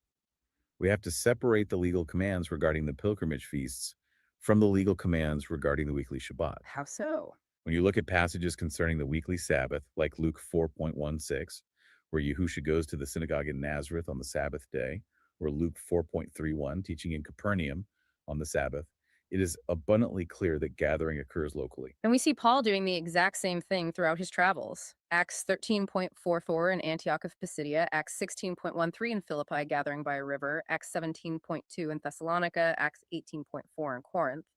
They are always finding local gatherings on the Sabbath. The reason for this is found in the mechanism of the Torah itself. Weekly Shabbat outside YERUSHALAYIM is legally distinct from pilgrimage feast participation. Okay, explain that difference. The legal requirements of the weekly Sabbath, as found in Leviticus 23, are fundamentally about a complete cessation of labor, resting, and a holy convocation, a gathering for reading and teaching the word. Those specific functions, rest and instruction, can operate wherever the people physically exist. Real quick, I love to try to encourage the new person and reinforce the OGs. I mean, we've been saying this for a few weeks now. The 10 Commandments, just focus on the 10 Commandments right now. Everything else will fall right into place. The Shabbat is in the 10 Commandments. His name, focus on the 10 Commandments. And if you're here right now and you're new and you're like, I don't know what to do, but you're learning, If you're sitting at home in the couch on your couch, or if you're laying in the bed, if you're sitting at the kitchen table, guess what you're doing right now? You're actually participating in Shabbat. You are. Now, are there other elements to go along with it? Yes. But don't concern yourself with that right now. In this moment, don't think about those things, because some of those things you may have not gotten right. You might have just gotten into the new understanding this week, which means you got to learn some things about Shabbat. But in this moment, you're studying. I'm in Palal, you're relaxed right now. This is supposed to be a day of rest. You're already on the right path. And don't beat your head up against the wall trying to figure out how to do it all in one day. There's help. We have resources in this community. There's plenty. Look at all these wonderful people that's in the comments. They've been doing Shabbat. A lot of them are familiar names. You come in here, hang out with us enough. You go click on some of the other lives. You're going to see the same Myshpaka. Like these are kind people. These are loving people. These are people that you can ask, like, hey, I see you in the studies, and it seems like you're really nice. Seems like you're safe. Ladies, by the way, reach out to ladies. All right. Fellas, leave the ladies alone. Fellas, stay with fellas. I'm just saying, just for common sense, But my point is, find somebody who's comfortable to you within the comments. Develop a online friendship and say, hey, and like, you got people like Robin, you got people like Sherry, you got people like Tori. I hesitate to say Frankie, but Frankie's good. I love Yach. You got Yach. You got Edward. There's a lot of familiar. Sharonda. Sharonda's like, she like OG knew still, but she knew, but she came in hungry, and that sister is like game on, and seems like she started catching things quickly. The Myshpaka here, like, they tight. There's Brandy. There's I see you, Marilyn. There's Darlene. I could keep going all day long. And you can say, look, I got some questions about Shabbat. I'm in Palal that a lot of them would take some time, share with you what they've learned, share with you their experiences. And then also another thing you should do is, I don't know way to say this, but binge watch, binge study.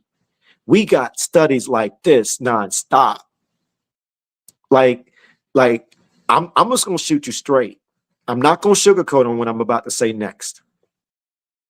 Don't act brand new that you can't go hit a play button. Don't be lazy just because you see a 2-hour live or a 3-hour live or a 4-hour live or a 5-hour live. We 3 hours and 33 minutes into this live right now. If you're finding value in this one live, trust me, you go click some of the other ones, you're going to get a lot of laughter and a lot of book. Because we get fun up in here.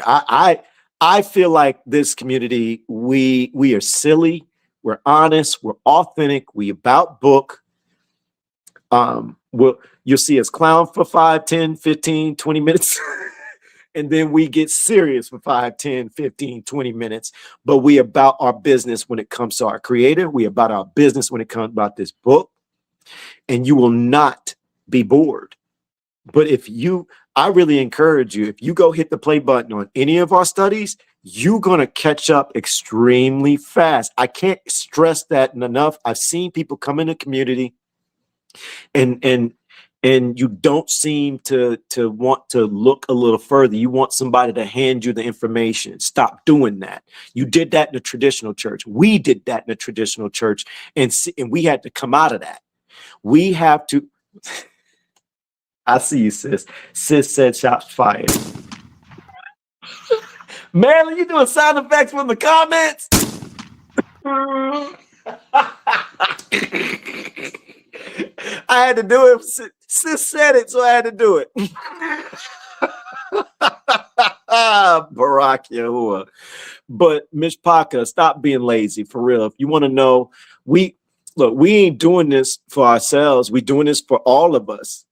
I'm learning every single day. Everybody else learning, and we just doing this together. You might see my ugly mug.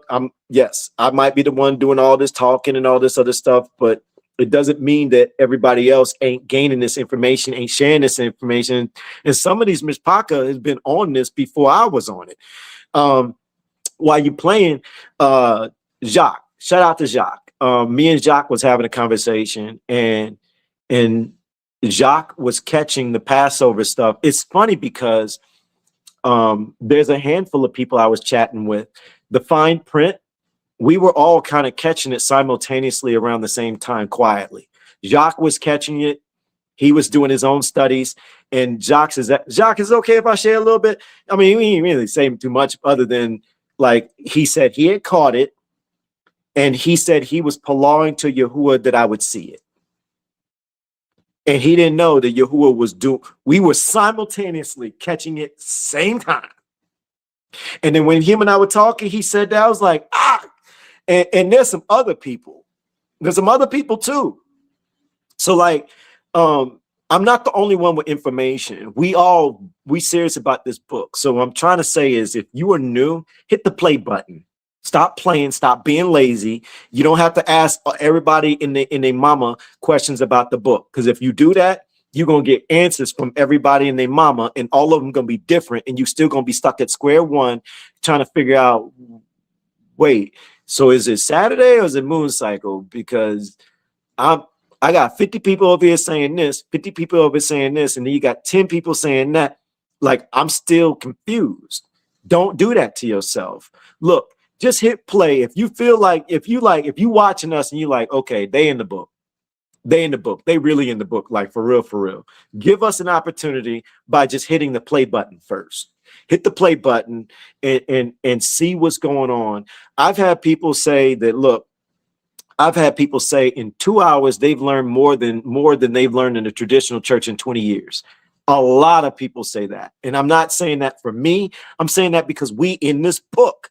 And if you don't give us an opportunity to help you first before trying to ask the entire world on Facebook, because I'm telling you, they're going to lead you wrong. And I'm in Palal that you, the new person, will see that not only we don't mind being wrong. I'm on record was doing and saying stuff that I thought was right. Then I realized, like, yo, I was wrong. And I don't mind coming to the Myshpaka and say, yo, I got to make a correction. Like, we got to look at this a little different. Look at this fine print here we missed. And we switch it up. Why? Because we want to stay in alignment to the book, humbling ourselves. When you see somebody of authority and you see that they too confident, they not showing that they're willing to step back and consider things, right? And it's always just rah, question that person. My advice to you on that one, before listening to anything they got to say, go to their main profile. If they got sports, politics, I don't care I don't care if it's even true. If they talking about the war, if they talk about celebrity stuff, any of that stuff, fruits are showing. Ruach ain't with them. They everywhere. Look, and so far as I'm concerned, if I hop on your Facebook page and if it ain't all Yahuwah and Yahusha and maybe some family stuff, anything outside that, like, I'm watching you. You if you got sports, I'm. If you got movies, music, if you got politics, if you got stuff with the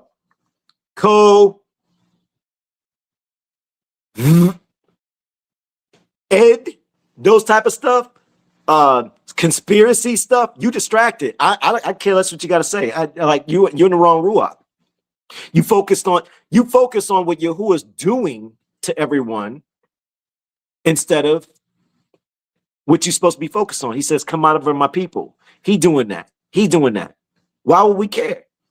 I don't care about this war. I can care less. I don't care what Trump doing. I don't care about the Epstein file. So what? And there's an Atlas thing. And Oh, aliens, there's lizard people. So what? Whatever. This celebrity is doing this and they doing cheating over here. Yo, you are completely distracted. These people are showing their fruits. Those are the people you don't listen to. You don't listen to them. You go check out their page. Once you see that going on, then you'd be like, oh, okay. All right. So they're distracted. But wait a minute, new person. If you got that on your page, then that's part of your confusion. You got to stop. Open up the book more. Barak YAHUAH. It is localized by its very covenantal nature. But the pilgrimage feasts, Passover, Shavuot, Sukkot, carry an entirely different, incredibly specific set of legal requirements. That is the systemic logic we have to understand.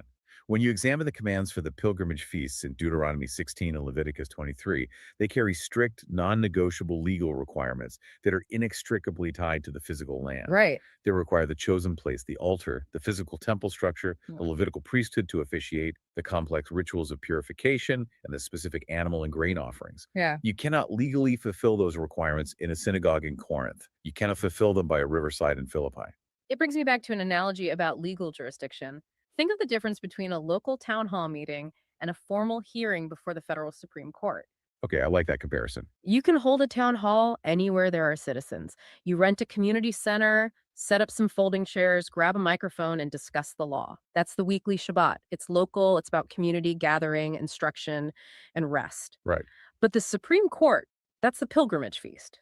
The Supreme Court has a designated, legally appointed seat of authority. You cannot replicate a Supreme Court hearing at a local library branch in Ohio just because you have a copy of the Constitution and a few lawyers present. No, the rulings wouldn't be valid. Exactly. The specific rulings, the intricate procedures, the binding authority itself are tied to the specific appointed location in Washington, D.C. If you try to hold a Supreme Court hearing in your living room, it has zero legal standing. That perfectly illustrates the systemic logic the text is preserving. You can teach the Torah anywhere. You can, and must, cease from your labor and rest anywhere. But you absolutely cannot bypass the altar, ignore the priesthood, and avoid the chosen place for a pilgrimage feast, and still claim you are legally keeping the feast as commanded. This all seems incredibly clear when we lay out the timeline and the legal definitions, but I want to push back hard. To be intellectually honest text auditors, we can't just cherry pick the verses that build our case. We have to look at the passages that seem to shatter this thesis. We have to face the hard verses. And there are hard verses. The text is complex. Any honest, rigorous study has to address them head on. The source material brings up several, starting with the Gospel of John. Let's start with John 4, the woman at the well. I have to stop you here because this is the mic drop verse that everyone immediately jumps to. Oh, yeah. Yahusha is talking to a Samaritan woman. She says, "Our fathers worshipped on this mountain, but you Jews say that in YERUSHALAYIM is the place where people ought to worship." And Yahusha replies, "Woman, believe me, the hour is coming when neither on this mountain nor in YERUSHALAYIM will you worship the Father. True worshipers will worship the Father in spirit and truth." How is that not a complete cancellation of everything you just said? To a modern reader, that sounds like localized, spirit-led worship is officially approved, and the geographical fine print is torn up. It is absolutely vital that we deconstruct what is actually happening in that conversation. Spirit and truth does not mean spirit and self-authorization. Okay, unpack that. We have to look at the historical context of who Yahusha is confronting. He is talking to a Samaritan. Samaritan worship was a rival, self-authorized counterfeit system. They had built their own unauthorized temple on Mount Gerizim. It was a direct violation of Yahuwah's command regarding the chosen place. So they were basically running a counterfeit Supreme Court. Exactly. When Yahusha says true worshipers will worship in spirit and truth, we have to define truth biblically, not through a modern emotional lens. In the scriptures, truth is the law. Truth honors what Yahuwah explicitly commanded. So truth doesn't mean make up your own authentic expression of worship. It never means that in the biblical framework. Yahusha is declaring a prophetic reality. He's saying the era of geographical disputes fueled by rival, counterfeit temples is coming to an end. He is pointing toward a time of ultimate restoration. But not rewriting the current rules. No. And this is the critical piece. He is not giving anyone a license to ignore the fine print of the existing covenant commands while the temple still stands. We know this because, as we already established, right after this conversation in John 4, he continues his rigorous, dangerous pattern of going up to Jerusalem for the pilgrimage feasts. Right. If he had just canceled the geography, his later actions in John 7 and John 12 make zero sense. Okay, I see that. But what about John 6? Here's where it gets really interesting because this one genuinely creates textual complexity and we can't gloss over it. No, we shouldn't. John 6.1 through 4 sets the scene. Yahusha goes to the other side of the Sea of Galilee. And verse 4 drops a massive time marker. Now the Passover, the Feast of the Jews, was at hand. And then later in the chapter, verse 59 mentions he was teaching in the synagogue in Capernaum. So the Passover is near, but he is physically in Galilee far to the north. Does this prove he held a local Passover in Capernaum? We have to be plain spoken about this. It does create complexity. We cannot ignore it, and we shouldn't try to twist it. The text places the timing of the feast near while he is physically in the north. The exact timeline of his travel is not detailed in that specific chapter. So how do we handle that? Because if I'm auditing financial records for a company and I find 400 consecutive receipts showing they strictly buy supplies from vendor A, and then I find one receipt that's smudged, blurry, and lacks a clear vendor name, I don't use that one smudged receipt to suddenly declare, aha, they've started buying from vendor B. Right, that would be a terrible audit. I have to interpret the ambiguous data through the lens of the established overwhelming pattern. That is the exact mechanism of honest text auditing. One instance of textual complexity or chronological ambiguity in John 6 does not overturn the wider established witness of his entire life. It certainly does not establish a brand new doctrine of local replacement worship. It's just one piece of the puzzle. Yes. When we look at the totality of his actions, the overwhelming weight of the evidence points to his rigorous obedience to the appointed place. To build an entire theology of self-authorized local feasts based on the ambiguity of John 6, while completely ignoring the crystal clear travel narratives in John 2, John 7, John 11, and John 12, is theological malpractice. It's not honest text auditing. Okay, so the gospel accounts have that moment of complexity, but what about Paul's letters and his later travels? The source material highlights Acts 20, 1 Corinthians, and Colossians as the primary battlegrounds where people find justification for instituting local feasts today. Let's aggressively address Acts 20.6 first. This verse states that Paul and his companions sailed away from Philippi after the days of unleavened bread. Okay, stop right there. The text plainly says he was in Philippi during the days of unleavened bread. Philippi is in Macedonia, not Judea. Doesn't that explicitly prove he kept the feast locally? We must admit, this complicates a simplistic, cartoonish version of the thesis that says every single believer was always in Jerusalem 100% of the time, without exception, no matter what. Right. Life happens. Paul was clearly traveling in the diaspora during this specific time frame. However, we have to look at the immediate context. Look at the exact same chapter, just 10 verses later, in Acts 20.16. What does the text say? It says he is hurrying, desperately trying to get past Ephesus to be in Jerusalem for Pentecost. So even if he missed Passover in the city due to his grueling travel schedule, brutal weather, imprisonment, or whatever circumstance his immediate goal, his driving, overarching priority was to get back to the appointed place for the very next pilgrimage feast. It's exactly the point. Acts 20.6 proved that life in the ancient diaspora was messy. Sea travel was incredibly unpredictable. You couldn't always make it. But it does not, under any circumstance, establish a doctrine that Paul was instituting local replacement feasts. He wasn't giving up. No, he wasn't setting up an unauthorized altar in Philippi. He wasn't telling the Philippians, hey, we are the new temple, let's sacrifice a lamb. He was trying to get to the real altar in Jerusalem. That makes profound systemic sense. But what about his actual letters? In 1 Corinthians 5.7-8, he writes, Christ, our Passover lamb, has been sacrificed. Let us therefore celebrate the festival, not with the old leaven, the leaven of malice and evil, but with the unleavened bread of sincerity and truth. People read that and say, look, he's clearly telling the believers in Corinth to celebrate the festival right there in Corinth. Context and literary genre are everything here. Paul is using Passover and unleavened bread language as a profound, piercing metaphor for moral cleansing within the Corinthian assembly. It's a metaphor. Exactly. If you read the preceding verses, he is addressing a horrific case of severe sexual immorality in the group. He's saying, clean out the blatant sin from your lives, just as a devout household would rigorously clean physical leaven out of their house before the feast. Okay. He is applying the deep spiritual reality of the feast to their moral conduct. He is absolutely not authorizing them to hold a full, legally binding local replacement pilgrimage feast, complete with a localized altar and unauthorized sacrifices. And people point to later in that same letter, 1 Corinthians 16:8, where he says, "But I will stay in Ephesus until Pentecost." Which simply demonstrates that the timing of the feasts still strictly dictated the apostolic calendar. The appointed times mattered profoundly to him. It was how the ancient Jewish world marked time and seasons. Right. But tarrying in a city until a feast day passes on the calendar does not prove he was holding a substitute, fully functioning pilgrimage feast in that city. The massive danger here is reading these epistles in a historical vacuum.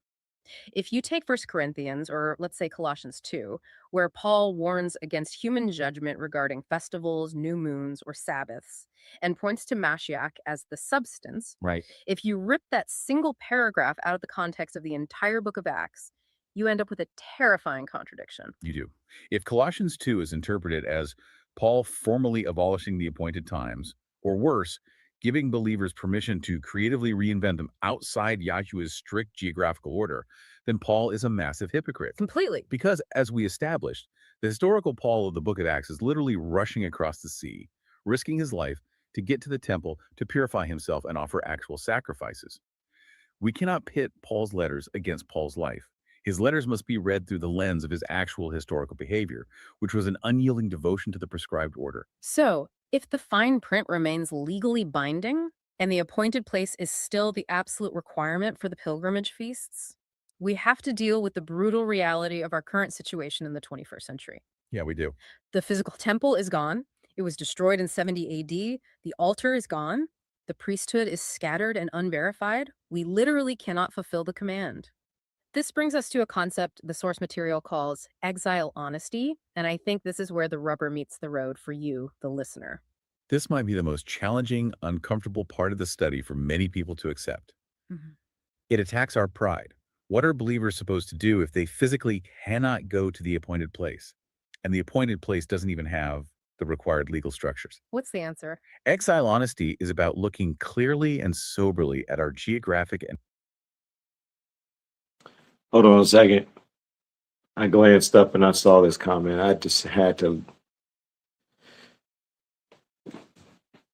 Do you think the land is still the same, or do you think he might choose a different spot? I'm a little lost on that. Sis, I'm going to shoot you straight. Wrong focus. I'm just going to be honest with you. At the end of the day, he exiled the Hebrews, took away their identity, and he's saying he's going to fix everything. When we focus on those details, it's not even under our control. That's something whether he's gonna choose the land wherever he wants to choose the land. What we need to focus on is what is the expectation of us right now. We know for a fact, documented evidence, not man-made, manufactured evidence, documented evidence that's been hidden, now unhidden, shows Africa is the land. That's his dwelling place. That's where he likes it to be. Now we can assume that's probably where he's going to want it to be. But no matter what, that's not even our focus. Our focus is opening up this book, learning about him, focusing on the Shabbat, knocking out, understanding those 10 commandments, and protecting yourself from these ruachs, and sharing his word, sharing the truth, trying to wake people up. And when we start focusing on the topical stuff, the church has taught us to do that. The church has taught us to get focused on this little thing here, that little thing there, this little subtle thing here. When we start focusing on little topical things that we don't have any control over, then we miss the bigger stuff that he wants us to understand. I guess what I'm trying to say, sis, is adjust that focus. And I'm just going to shoot you straight. I see a lot of people fall into that trap. And then it becomes like a rabbit hole that they can't get away from. It's part of the deception. It's part of how they lock us in and not get us to see things. At the end of the day, He says that he's going to restore everything. He says he's going to restore our language. He says he's going to restore the actual feast in himself. So we just wait. We wait, we worship him, and we focus on the knowledge of him. Anything else that we don't have control over, the church got us trying to focus on those things. That's a distraction. Don't fall for it, sis. Don't fall for it. Just focus on learning about him. That's all you need to do. Everything outside that, it's going to slow your process down. I'm in Palada. That was helpful. Barak Yahuwah. And historical reality. The study outlines what is biblically permitted while we are in this state of exile. People can remember the times, they can mark their calendars, they can rehearse the stories of the Exodus, they can study the deep Torah commands regarding the feasts. They can teach their families the incredible prophetic shadows.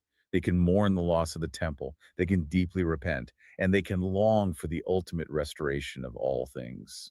But there is a hard, bright line we are not supposed to cross. There is. The line is crossed when we replace memory with invention. Honesty means refusing to pretend that the local DIY substitute equals the full, legally required order YAHUAH commanded. You cannot declare a gathering in your living room or a rented campground in Ohio or a conference center in Texas to be a legally binding, fully realized pilgrimage feast. You simply cannot, because the commanded order explicitly requires the land of Israel, the chosen place of YERUSHALAYIM, the physical altar, the temple structure, the verified Levitical priesthood, the strict waters of purification, and the commanded offerings. It's an all or nothing package. If you don't have those things, you aren't doing the thing commanded. You're doing a memorial of it. You're rehearsing it. And acknowledging that we are only doing a memorial, admitting our lack, is what exile honesty is all about. If we connect this to the bigger picture, this is really about humility before the text. It's about admitting that we are in a state of historical and covenantal exile, rather than pretending we have the divine authority to rewrite the rules so we can feel like we are achieving 100% obedience. That's human nature, though. Let's be honest, we want to feel completely obedient. So when the bar is too high, we lower the bar to a height we can easily jump over. We jump over it, and then we congratulate ourselves for being so faithful. And that psychological mechanism, that desire to feel perfectly righteous by inventing achievable rules, is precisely what leads to the final and perhaps most sobering warning of this study, the definition of the modern Pharisee. When I hear the word Pharisee, my mind immediately goes to a caricature. I think of someone stuck in rigid, inherited church tradition, someone trapped in man-made rules from centuries ago, judging everyone else. And historically, that is part of the dynamic. But the source document expands that definition in a very challenging, piercing way. Okay, how so? It warns that a modern Pharisee can also be an awakened Torah teacher. It can be someone who has studied deeply, who clearly sees the historical errors in inherited church traditions, who loudly condemns those errors, but then turns right around and creates a brand new self-authorized tradition that still ignores the actual fine print of the book. Wow. So they leave one set of man-made historical rules just to invent their own set of man-made modern rules, all while aggressively claiming they're the only ones truly following the scriptures. It is the ultimate trap of religious zeal. And we have to ensure our tone is correct here. This warning from the source text is not intended to mock people who are waking up to the beauty of the Torah. No, absolutely not. It is absolutely not mocking Christians or Hebrew roots believers or Messianics or anyone who is sincerely trying to learn and unlearn. It's a sober press for deep humility for all of us, no matter where we are in our understanding. Exactly. Do not correct one false tradition while actively building another. Do not call a localized substitute the exact same thing as full biblical obedience. Do not use your incredible zeal for the appointed times to cover up the glaringly missing fine print of the geographic commands. That's a trap. The Pharisees of the first century built extensive self-authorized fences around the Torah that eventually ended up replacing the Torah itself. The desperate warning here is not to do the exact same thing with our modern, localized feast observances. We've covered an immense amount of ground today, and we've challenged some very deeply held assumptions. Let's try to synthesize the journey of this deep dive. We started by looking at the unyielding baseline, Yahusha's childhood. the unwavering yearly pattern of his peasant family making the grueling journey to Yerushalayim for Passover, proving the geographic fine print mattered. We traced that exact pattern through his entire adult ministry, watching him constantly inevitably move toward the city, even when the political climate was highly dangerous, proving he was fulfilling the legal requirements of his mission exactly where they were mandated to be fulfilled. We saw that the disciples didn't abandon this requirement after he ascended. They were commanded to stay in the city, and the Ruach HaKodesh fell on them there, honoring the geography. We saw a powerful court official from Ethiopia travel an unimaginable distance at great cost just to be in the appointed place. We audited the actual timeline of Paul, the great apostle to the Gentiles, confirming that he centered his entire travel calendar around getting back to Jerusalem for the feasts, participating in temple rituals and sacrifices. We made the critical systemic legal distinction between the weekly, localized, teaching-focused gathering of Shabbat and the strict altar-bound geographic requirements of the pilgrimage feasts. And we faced the hard verses. We saw that ambiguous moments in the text do not grant us permission to invent our own doctrines of self-authorized worship. The historical and textual pattern is undeniable. The movement for the appointed times when they are pilgrimage feasts was always, without exception, toward the appointed place. So, what does this all mean for you, the listener, tomorrow morning? It means reading the text with absolute, unflinching honesty. It means acknowledging the painful reality of our current exile. We are scattered. The physical temple is gone. We cannot fully keep these pilgrimage feasts as commanded in the Torah. And perhaps the most honoring, faithful thing we can do is to admit that lack, to mourn it, and to long for the promised restoration without inventing self-authorized worship to make ourselves feel better or more righteous in the meantime. It demands a fundamental shift in how we approach our faith and our reading of the law. It asks us to look at the immense gravity of Mashiach's obedience. He didn't take shortcuts. He didn't alter the commands of the Father to suit his convenience, to launch a new movement, or to ensure his own safety. He fulfilled every jot and title exactly as it was laid out in the covenant. Mashiach did not loosen the fine print. His life confirmed it. It said jot and title. It couldn't say tittle. Barack, that was funny. Myshpaka.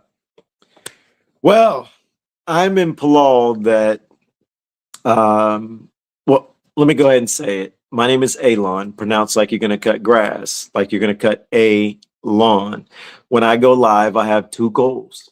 First goal is to give esteem and to serve our creator, YAHUAH. And the second is to add value to you. And I'm implored that both those goals got met today in our final series of Who Are the Modern Day Pharisees. If you found some value in today, I would really encourage you to go check out part 1, part 2. This is part 3. And we've already started last night our new series, which is Pray Like the Forefathers.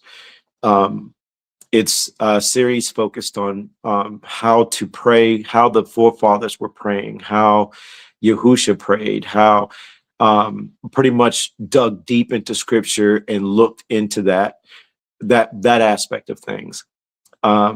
It's a series that's going to focus on the Ruach and other Ruachs. What is the Ruach HaKodesh, which is most commonly known in today's time as the Holy Spirit? What is it?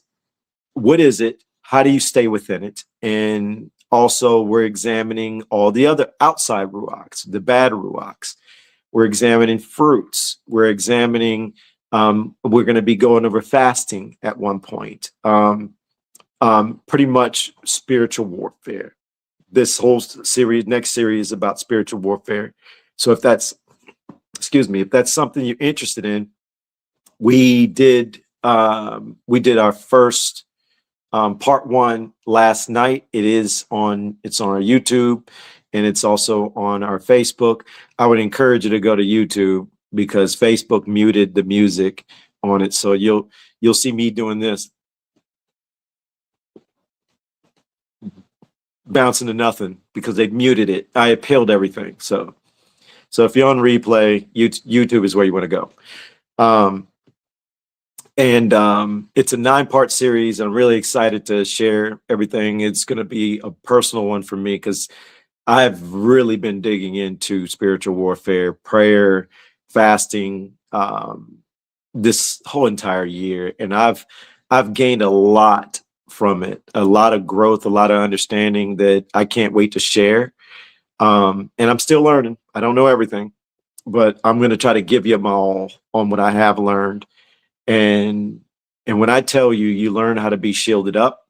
If you're feeling defeated at times, if you're feeling lonely, if you're feeling like you feel out of place, you feel attacked, you got challenges, this study right here is going to really pump you up. It's going to give you the confidence. It's going to give you some practical steps to actually do. But I would really encourage you, like if you were there last night, I don't know, y'all tell me. Have some of y'all started this stuff already? Have you, like the small things that we talked about? I don't know. I don't even think we did small. We went big last night. We went big in round one. Round two is going to be just as lit. So I'm really excited about that series. So I'm in Palal. You guys are going to find a lot of value from that. Myshpaka, let me hit this chauffeur, and we'll go ahead and we'll play one more song before we leave out.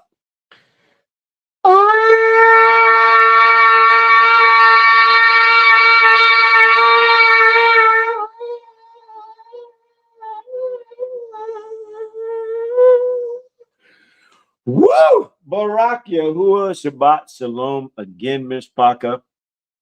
And you know what? Hold on. Let me drop this link to, I don't know why my Ruach said, drop the link to the Emmanuel Bowen map for y'all, since it was still on my screen. Emmanuel Bowen, 1747 map, the Negro land.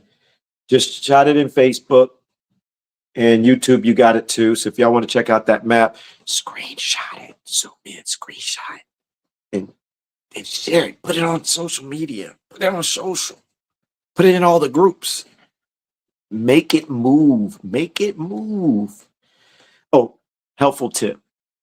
Here's a helpful tip. Don't put the link in the caption. Put the link in the comments.